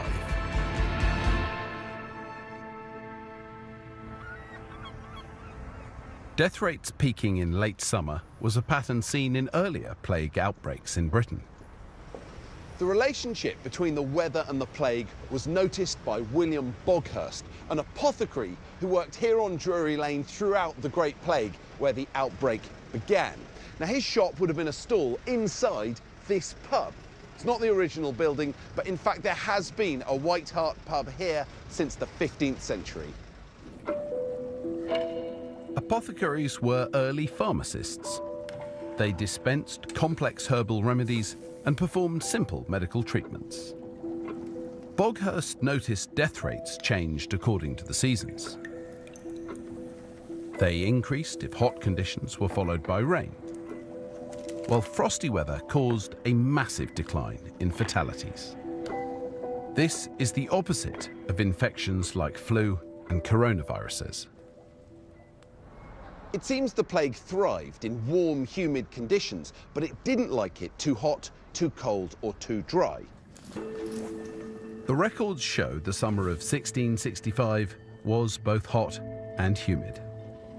Could this relationship, along with the massive death toll in summer 1665, be related to the culprits that I think are responsible for spreading the plague, human body lice and fleas? Well, Raksha has gone to investigate.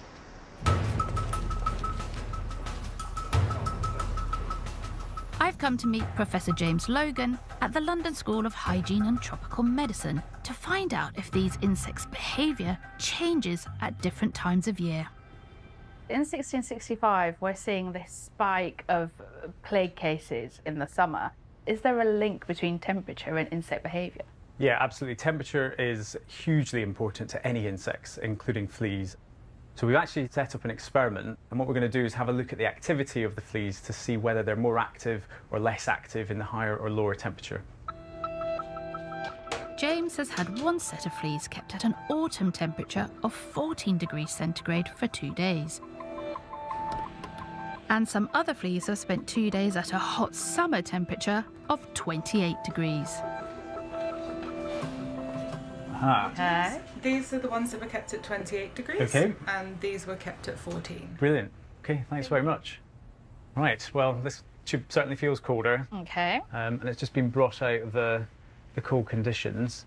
So these guys, you can see they're crawling about, they're jumping around, very, very active, whereas these guys are pretty slow. In fact, lots of them are just not moving at all. So you can see that the ones that would be in the cold conditions, in cold weather, would just be sort of chilling out, whereas the ones that you can see have been kept at 28 degrees are super active. So does this explain why we see this big spike in the plague being transmitted in the summer of 1665?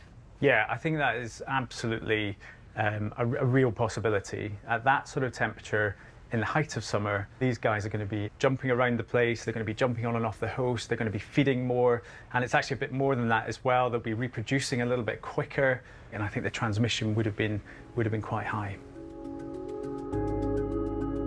The other plague-transmitting insects, body lice, are also far less active and breed more slowly in cool temperatures. And this helps explain why the death rate in London finally began to decline as summer turned to autumn in 1665.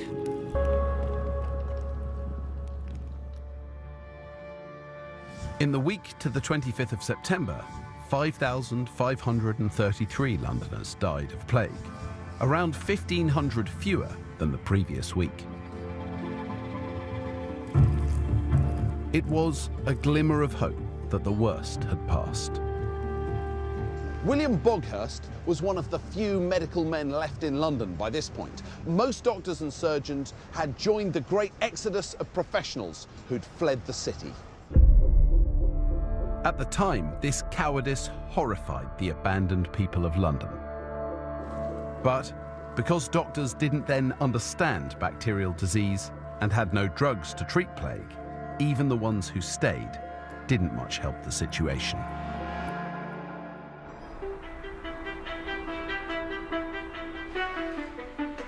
John Sargent has headed to the St Bartholomew Hospital Pathology Museum to see what treatments doctors attempted.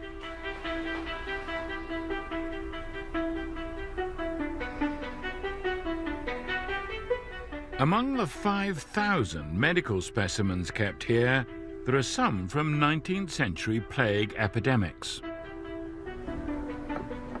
This is a rat infected by the plague.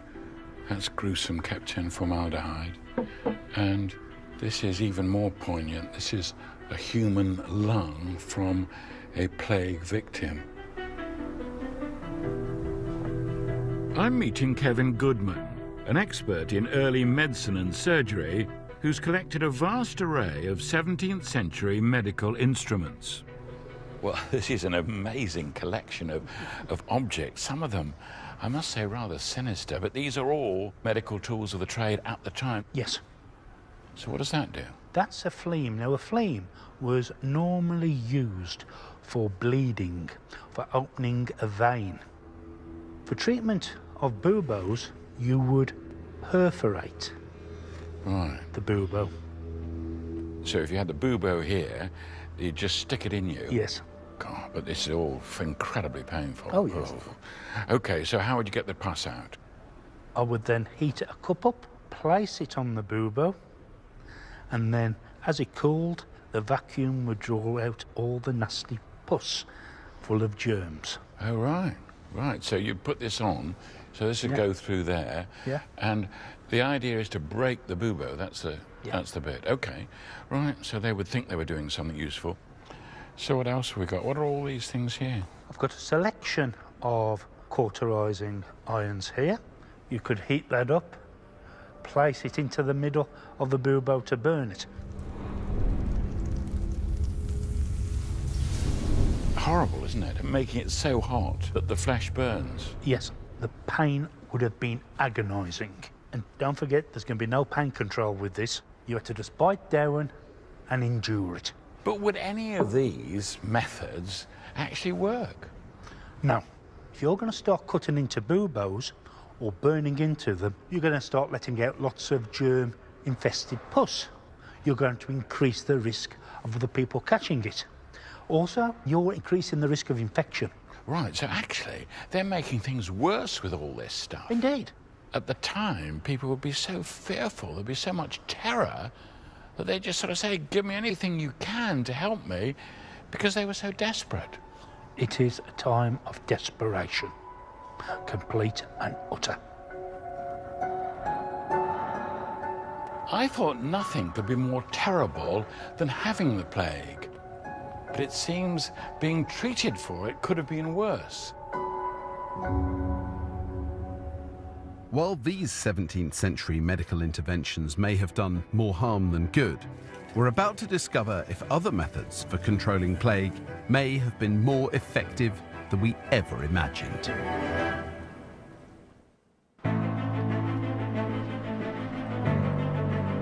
As the weather cooled in the autumn of 1665, plague deaths in London continued to fall. By mid-October, 4,500 fewer people a week were dying compared to a month earlier. Most deaths were now in the eastern parishes of Aldgate and Whitechapel, which were poorer parishes outside the city walls. The disease had passed like a wave from the west of the city to the east. In the western parishes where the outbreak began, the vulnerable had already died, and those who'd recovered now had some resistance to the disease. It's thought that up to 80,000 people had fled London, 20% of the population. And among those who'd stayed, about 1 in 5 had died. For those still alive, the city had changed beyond all recognition.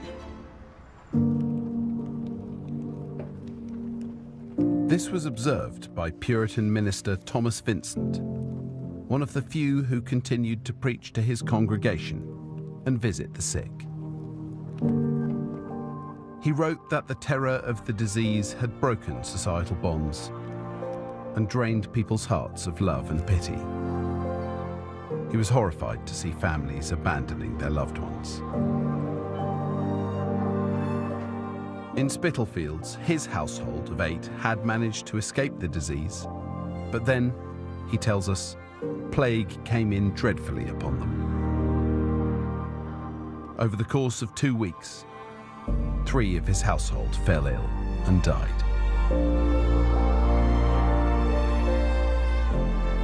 A story which was echoed in thousands of homes across the city, many of which now stood empty.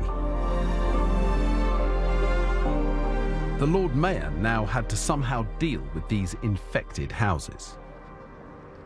I'm going to take a look at the orders he issued, detailing how they should be disinfected.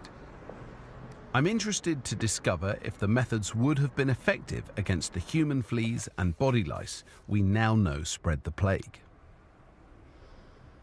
There were instructions about what to do with these abandoned, infected houses, and the first was to keep them uninhabited for 40 days. Now that's very effective against human body lice. If they don't eat for 40 days, they die. But there were other instructions as well. Each infected house was to be fumed, washed, and whited with lime. Now, whited with lime means whitewashed, and fumed, we have a description of what that is here. And the recipe for fuming is to take saltpeter, amber, brimstone, each of 2 parts, juniper 1 part, mix them in a powder, put thereof upon a red-hot iron or coals a little at once. A Frenchman, James Angier, had introduced this fumigation recipe to London, claiming the smoke successfully decontaminated houses in Paris. Now, I'm very curious to know if fuming or washing with lime could possibly help in controlling the plague. It seems unlikely that whitewash, commonly painted outside and inside houses in the 17th century, would have much effect on the plague bacteria. Hi, Sam. So Raksha's putting it to the test with Dr. Sam Wilcox. So what we have here are these 3 wooden tiles. There are pseudo 17th century walls, aren't they? That's right. Sam coats each tile with a spray of bacteria. It's similar to plague, but not deadly, and then allows them to dry. This spray is going to simulate cough or body fluids that have landed on a surface. We treat one with modern antibac, one with water, and one with our lime wash. So let's see if this works. Then we swab down each one and transfer them to agar plates to see if any bacteria will grow. 2 days later, the results are in. So here are the plates. Oh, let's have a look then. That's our antibac. That's right. This is our household antibac spray. And there's no colony growth at all on that plate, which is what we were hoping for. It's clean as a whistle. Our next plate was the sterile water that we sprayed onto the tiles. And you can actually see some colonies growing there quite nicely on the plate. I can clearly see spots on that. So that's the bacteria growing. That's right, yeah. Right, so what about our final experiment? Well, the lime wash did kill all the bacteria. I can't see any colonies on there at all. It's as good as the antibac spray that we use nowadays. It really is. So they kind of knew what they were doing, didn't they? It worked, it worked. I'm going to start lime washing my kitchen now. Yeah, everything else, yeah. In the 17th century, they wouldn't have known how it worked. But amazingly, they'd learnt from experience. Lime washing houses control disease. But what about fumigation? Our experiment this time is being carried out in a very different location. A farm shed on the South Downs by pyrotechnics expert Mike Sansom. Hello, Mike. Hi there, how you doing? Oh, talk about plague and pestilence. You've definitely got a flood here, haven't you? I know, shocking day, isn't it? I don't say this very often, but I've got fleas. Oh, nice. But what I wanted to do is to see if we can recreate 17th century fumigation. I want to know if it was really effective in killing fleas and lice, because we know that these are the carrier of the plague. Right, so I've got the chemicals that I know were used for fumigation in the 17th century. Brimstone, first of all, sulphur.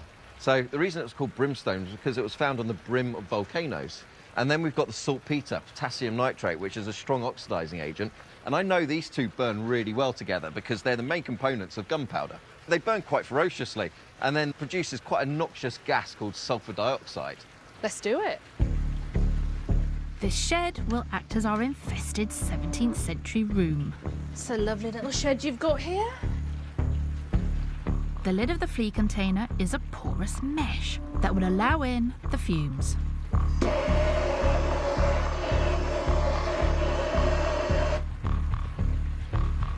So it's this plume of gas coming out at a steady rate, filling this whole shed up now, isn't it? Exactly, yeah. They certainly don't look very active now, do they? No. Oh, I just saw one drop. Oh, they're all dropping! They're all dropping! They're dropping like fleas. Let's have a look, yeah, right. Whoa, smoky stuff. Oh gosh, they're definitely dead, aren't they? I think that's worked really well. It has. I mean, it's pretty spectacular, isn't it, that in the 17th century they were using this method to fumigate houses. That's incredible. It's a really effective insecticide. They were getting rid of the things, the fleas and the lice, that were killing and passing on the plague to other people. Amazing. They didn't know how it was working, but this simple disinfection method would have helped normality slowly to return to London. And in late October 1665, some life returned to the streets. But things had changed. Diarist Samuel Pepys says he walked to the Royal Exchange and heard only conversations about who had died and who was still ill.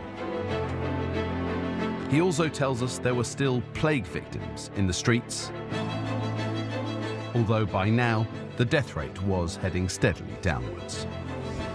From the September peak of over 1,000 deaths a day, by October the 30th, plague fatalities had dropped to 1,000 deaths a week. The declining death rate encouraged the many thousands who'd fled to the countryside to begin returning to London. Daniel Defoe says they were tired of being away from London so long and were so eager to get back, they flocked into the city here without any thought or fear. This influx caused a brief spike in deaths in early November because, as more people came back to the city, there were also more people vulnerable to catching the infection. But from mid-November, plague deaths fell every week. By midwinter 1665, the cold weather had reduced the death rate to around 40 a day. After a year, the Great Plague epidemic in London was coming to an end. Finally, after Christmas, King Charles and his court returned to his palace at Westminster. They'd spent most of the year in Oxford, which, unlike many towns in southern England, hadn't seen a single case of plague. And that's probably because royal guards were posted day and night on each of the 4 bridges that led in and out of town, and they didn't let anyone in. This was a highly effective form of quarantine, and King Charles seems to have had a pleasant time in Oxford, even managing to get one of his mistresses pregnant. But his abandonment of his capital in its hour of need didn't go down well with its inhabitants. While London had now seen the worst of the epidemic, the rest of the country was not so lucky. In the spring of 1666, towns across Britain were hit by plague again. Like Oxford, many towns around the country tried to quarantine themselves. They stopped all trade with London, and armed volunteers prevented strangers from entering towns and villages, but they often weren't as successful as the royal troops. Plague again swept through towns like Colchester and Cambridge, which had suffered terribly the previous year, and this time the outbreaks were even more severe. But it was the villagers of Eyam, deep in the Derbyshire Peak District, who would become famous for their heroic response to the disease. I'm about to find out what they did.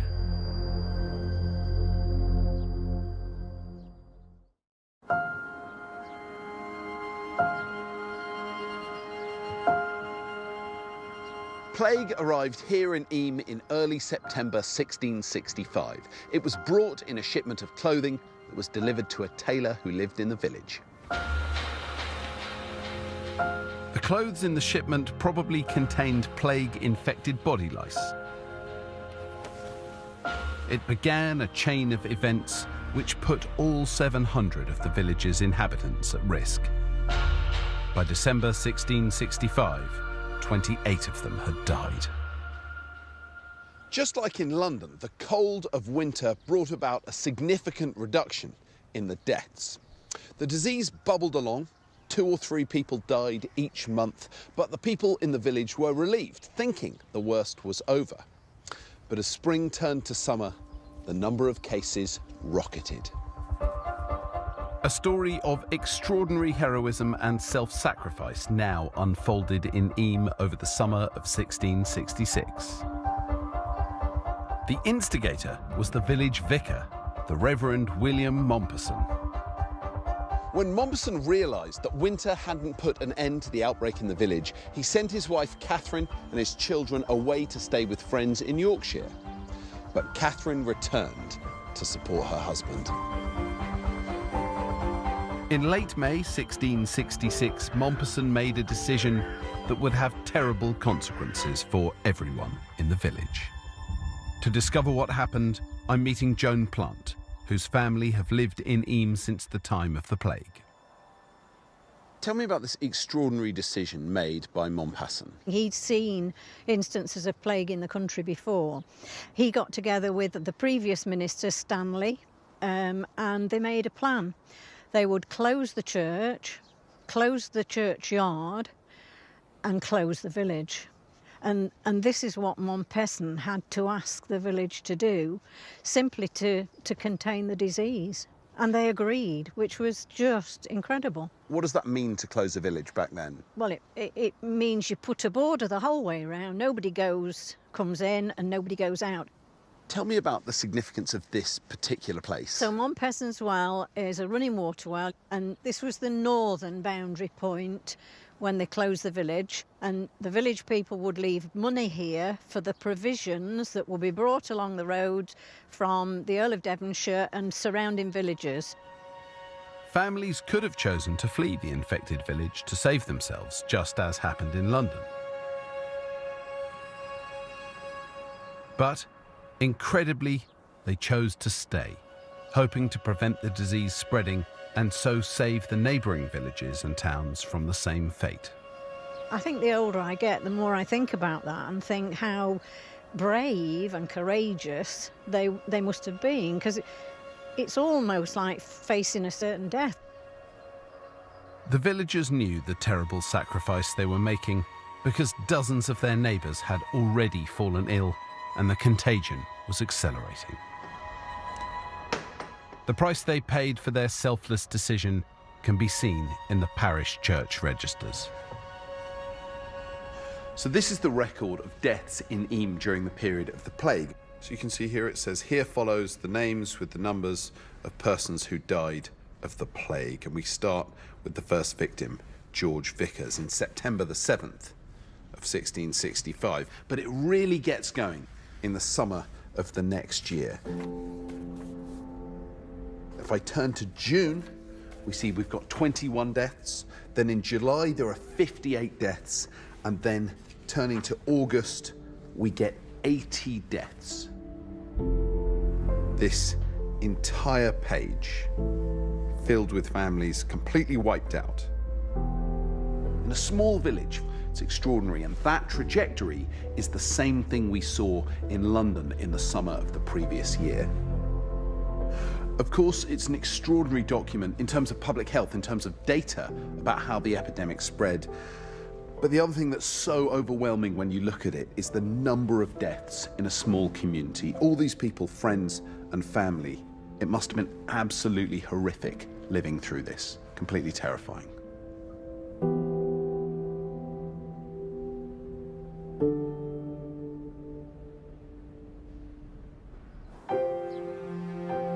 This isolated burial plot on a hillside overlooking the village gives some sense of the horrific scale of these tragedies. I'm visiting with Dr. Lilith Whittles, who's investigated if the plague in Eyam was spread here in the same way as it spread in London. 7 members of the Hancock family are buried here, near where they lived. 6 children and their father, who all died within 1 week of each other. Only the mother, Elizabeth, survived. It's a pretty bleak image, isn't it? Elizabeth Hancock up here. She's not doing fancy gravestones or anything. She's digging holes and dragging her family members into them. And there's no funeral, there's no vicar, there's no mourners. No. It's just her. Well, the social distancing measures that the villagers had taken meant that they weren't coming to funerals and weren't helping out with burials. They couldn't. So what you're able to do with the computer is simulate what if the epidemic was spread by rats, what if it was spread in different ways, and can figure out what the most likely way of it spreading was. Exactly that. And what do you find? The most likely explanation for the transmission was the plague being transmitted from human to human through ectoparasites such as human lice and human fleas. For a long time, there's been this story that the villagers of Eyam kind of pointlessly quarantined themselves. They'd quarantine themselves against a disease that was not spread by humans, it was spread by rats. Yeah. And actually, your modelling suggests that what they did was really important. Absolutely.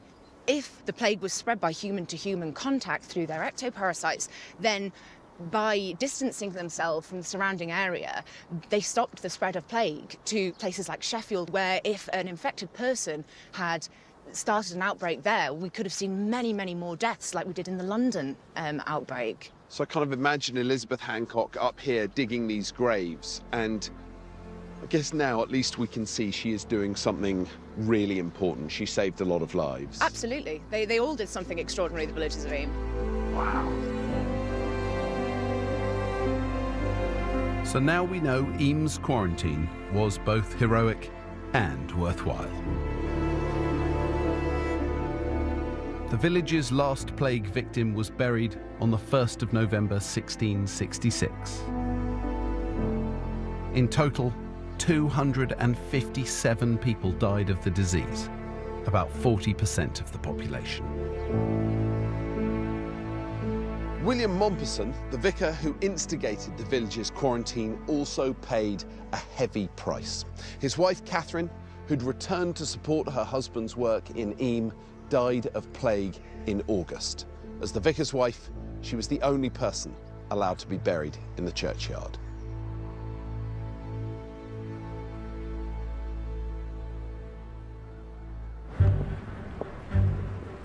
While the plague raged in Eyme in the summer of 1666, London was reporting few cases. Fatalities had dropped by 95% and life was returning to normal. But then, unbelievably, the capital was hit by another tragedy. In September, the Great Fire destroyed much of the walled city. Although it's widely believed that this burnt the plague out of London, the statistics suggest it was a coincidence. The epidemic was already ending by the time the flames took hold.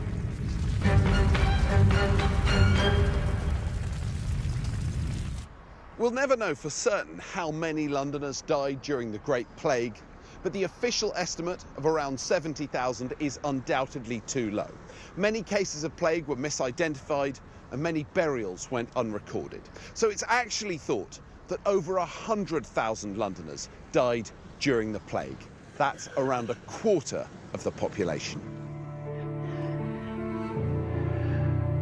The last plague death recorded in London was in 1679, and there were no other outbreaks in Britain until the early 1900s, when the third plague pandemic swept the world.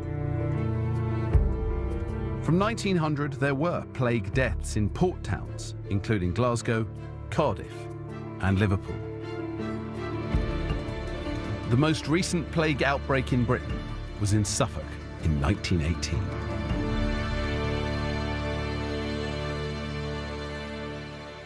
None of the outbreaks of plague in 20th century Britain turned into epidemics, and that's because modern hygiene means that there aren't the body lice or the human fleas around to fuel the spread. But plague isn't the only pandemic we face, and in fact coronavirus itself is only one of the many diseases that have swept the world since the 17th century. Through most of human history, disease has killed far more than war or natural disasters. Epidemics like cholera, smallpox, and tuberculosis killed hundreds of millions in the 20th century alone. Modern medicine has helped bring about a massive reduction in these ancient pandemic diseases, but as COVID-19 reminds us, new diseases emerge all the time. And in fact, with modern travel, population growth, and environmental destruction, we now face more outbreaks than ever before. In 1918, the Spanish flu killed up to 50 million people. Since 1980, we've suffered SARS, MERS, Ebola, and the deadliest, AIDS, which has so far killed an estimated 32 million people. And now, there's COVID-19. The methods that we use to respond initially to these disasters are the same ones we used during the Great Plague: quarantine and social distancing. But we now also have modern science, which has successfully controlled and in some cases defeated almost every disease humanity has faced. New diseases will continue to emerge, but unlike our ancestors during the Great Plague, we are now in a much better position to fight back.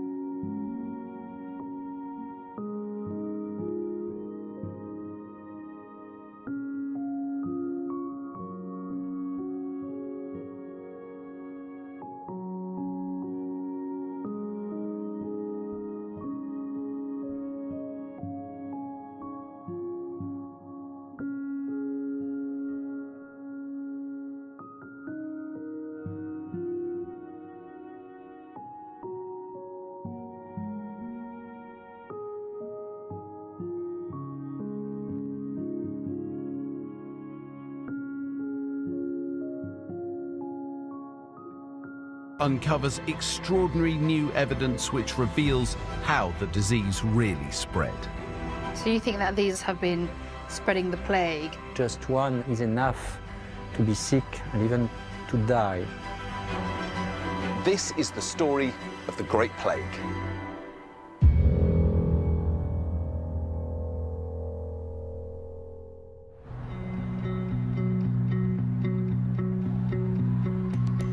'21st century London is a world away from the city of the 1600s. But in secret corners of the modern city, we can still find traces of what happened here in 1665, the deadliest epidemic in Britain's history, the Great Plague. With my knowledge as a doctor of modern infectious disease, I'll be investigating how the plague devastated first London and then large parts of the country.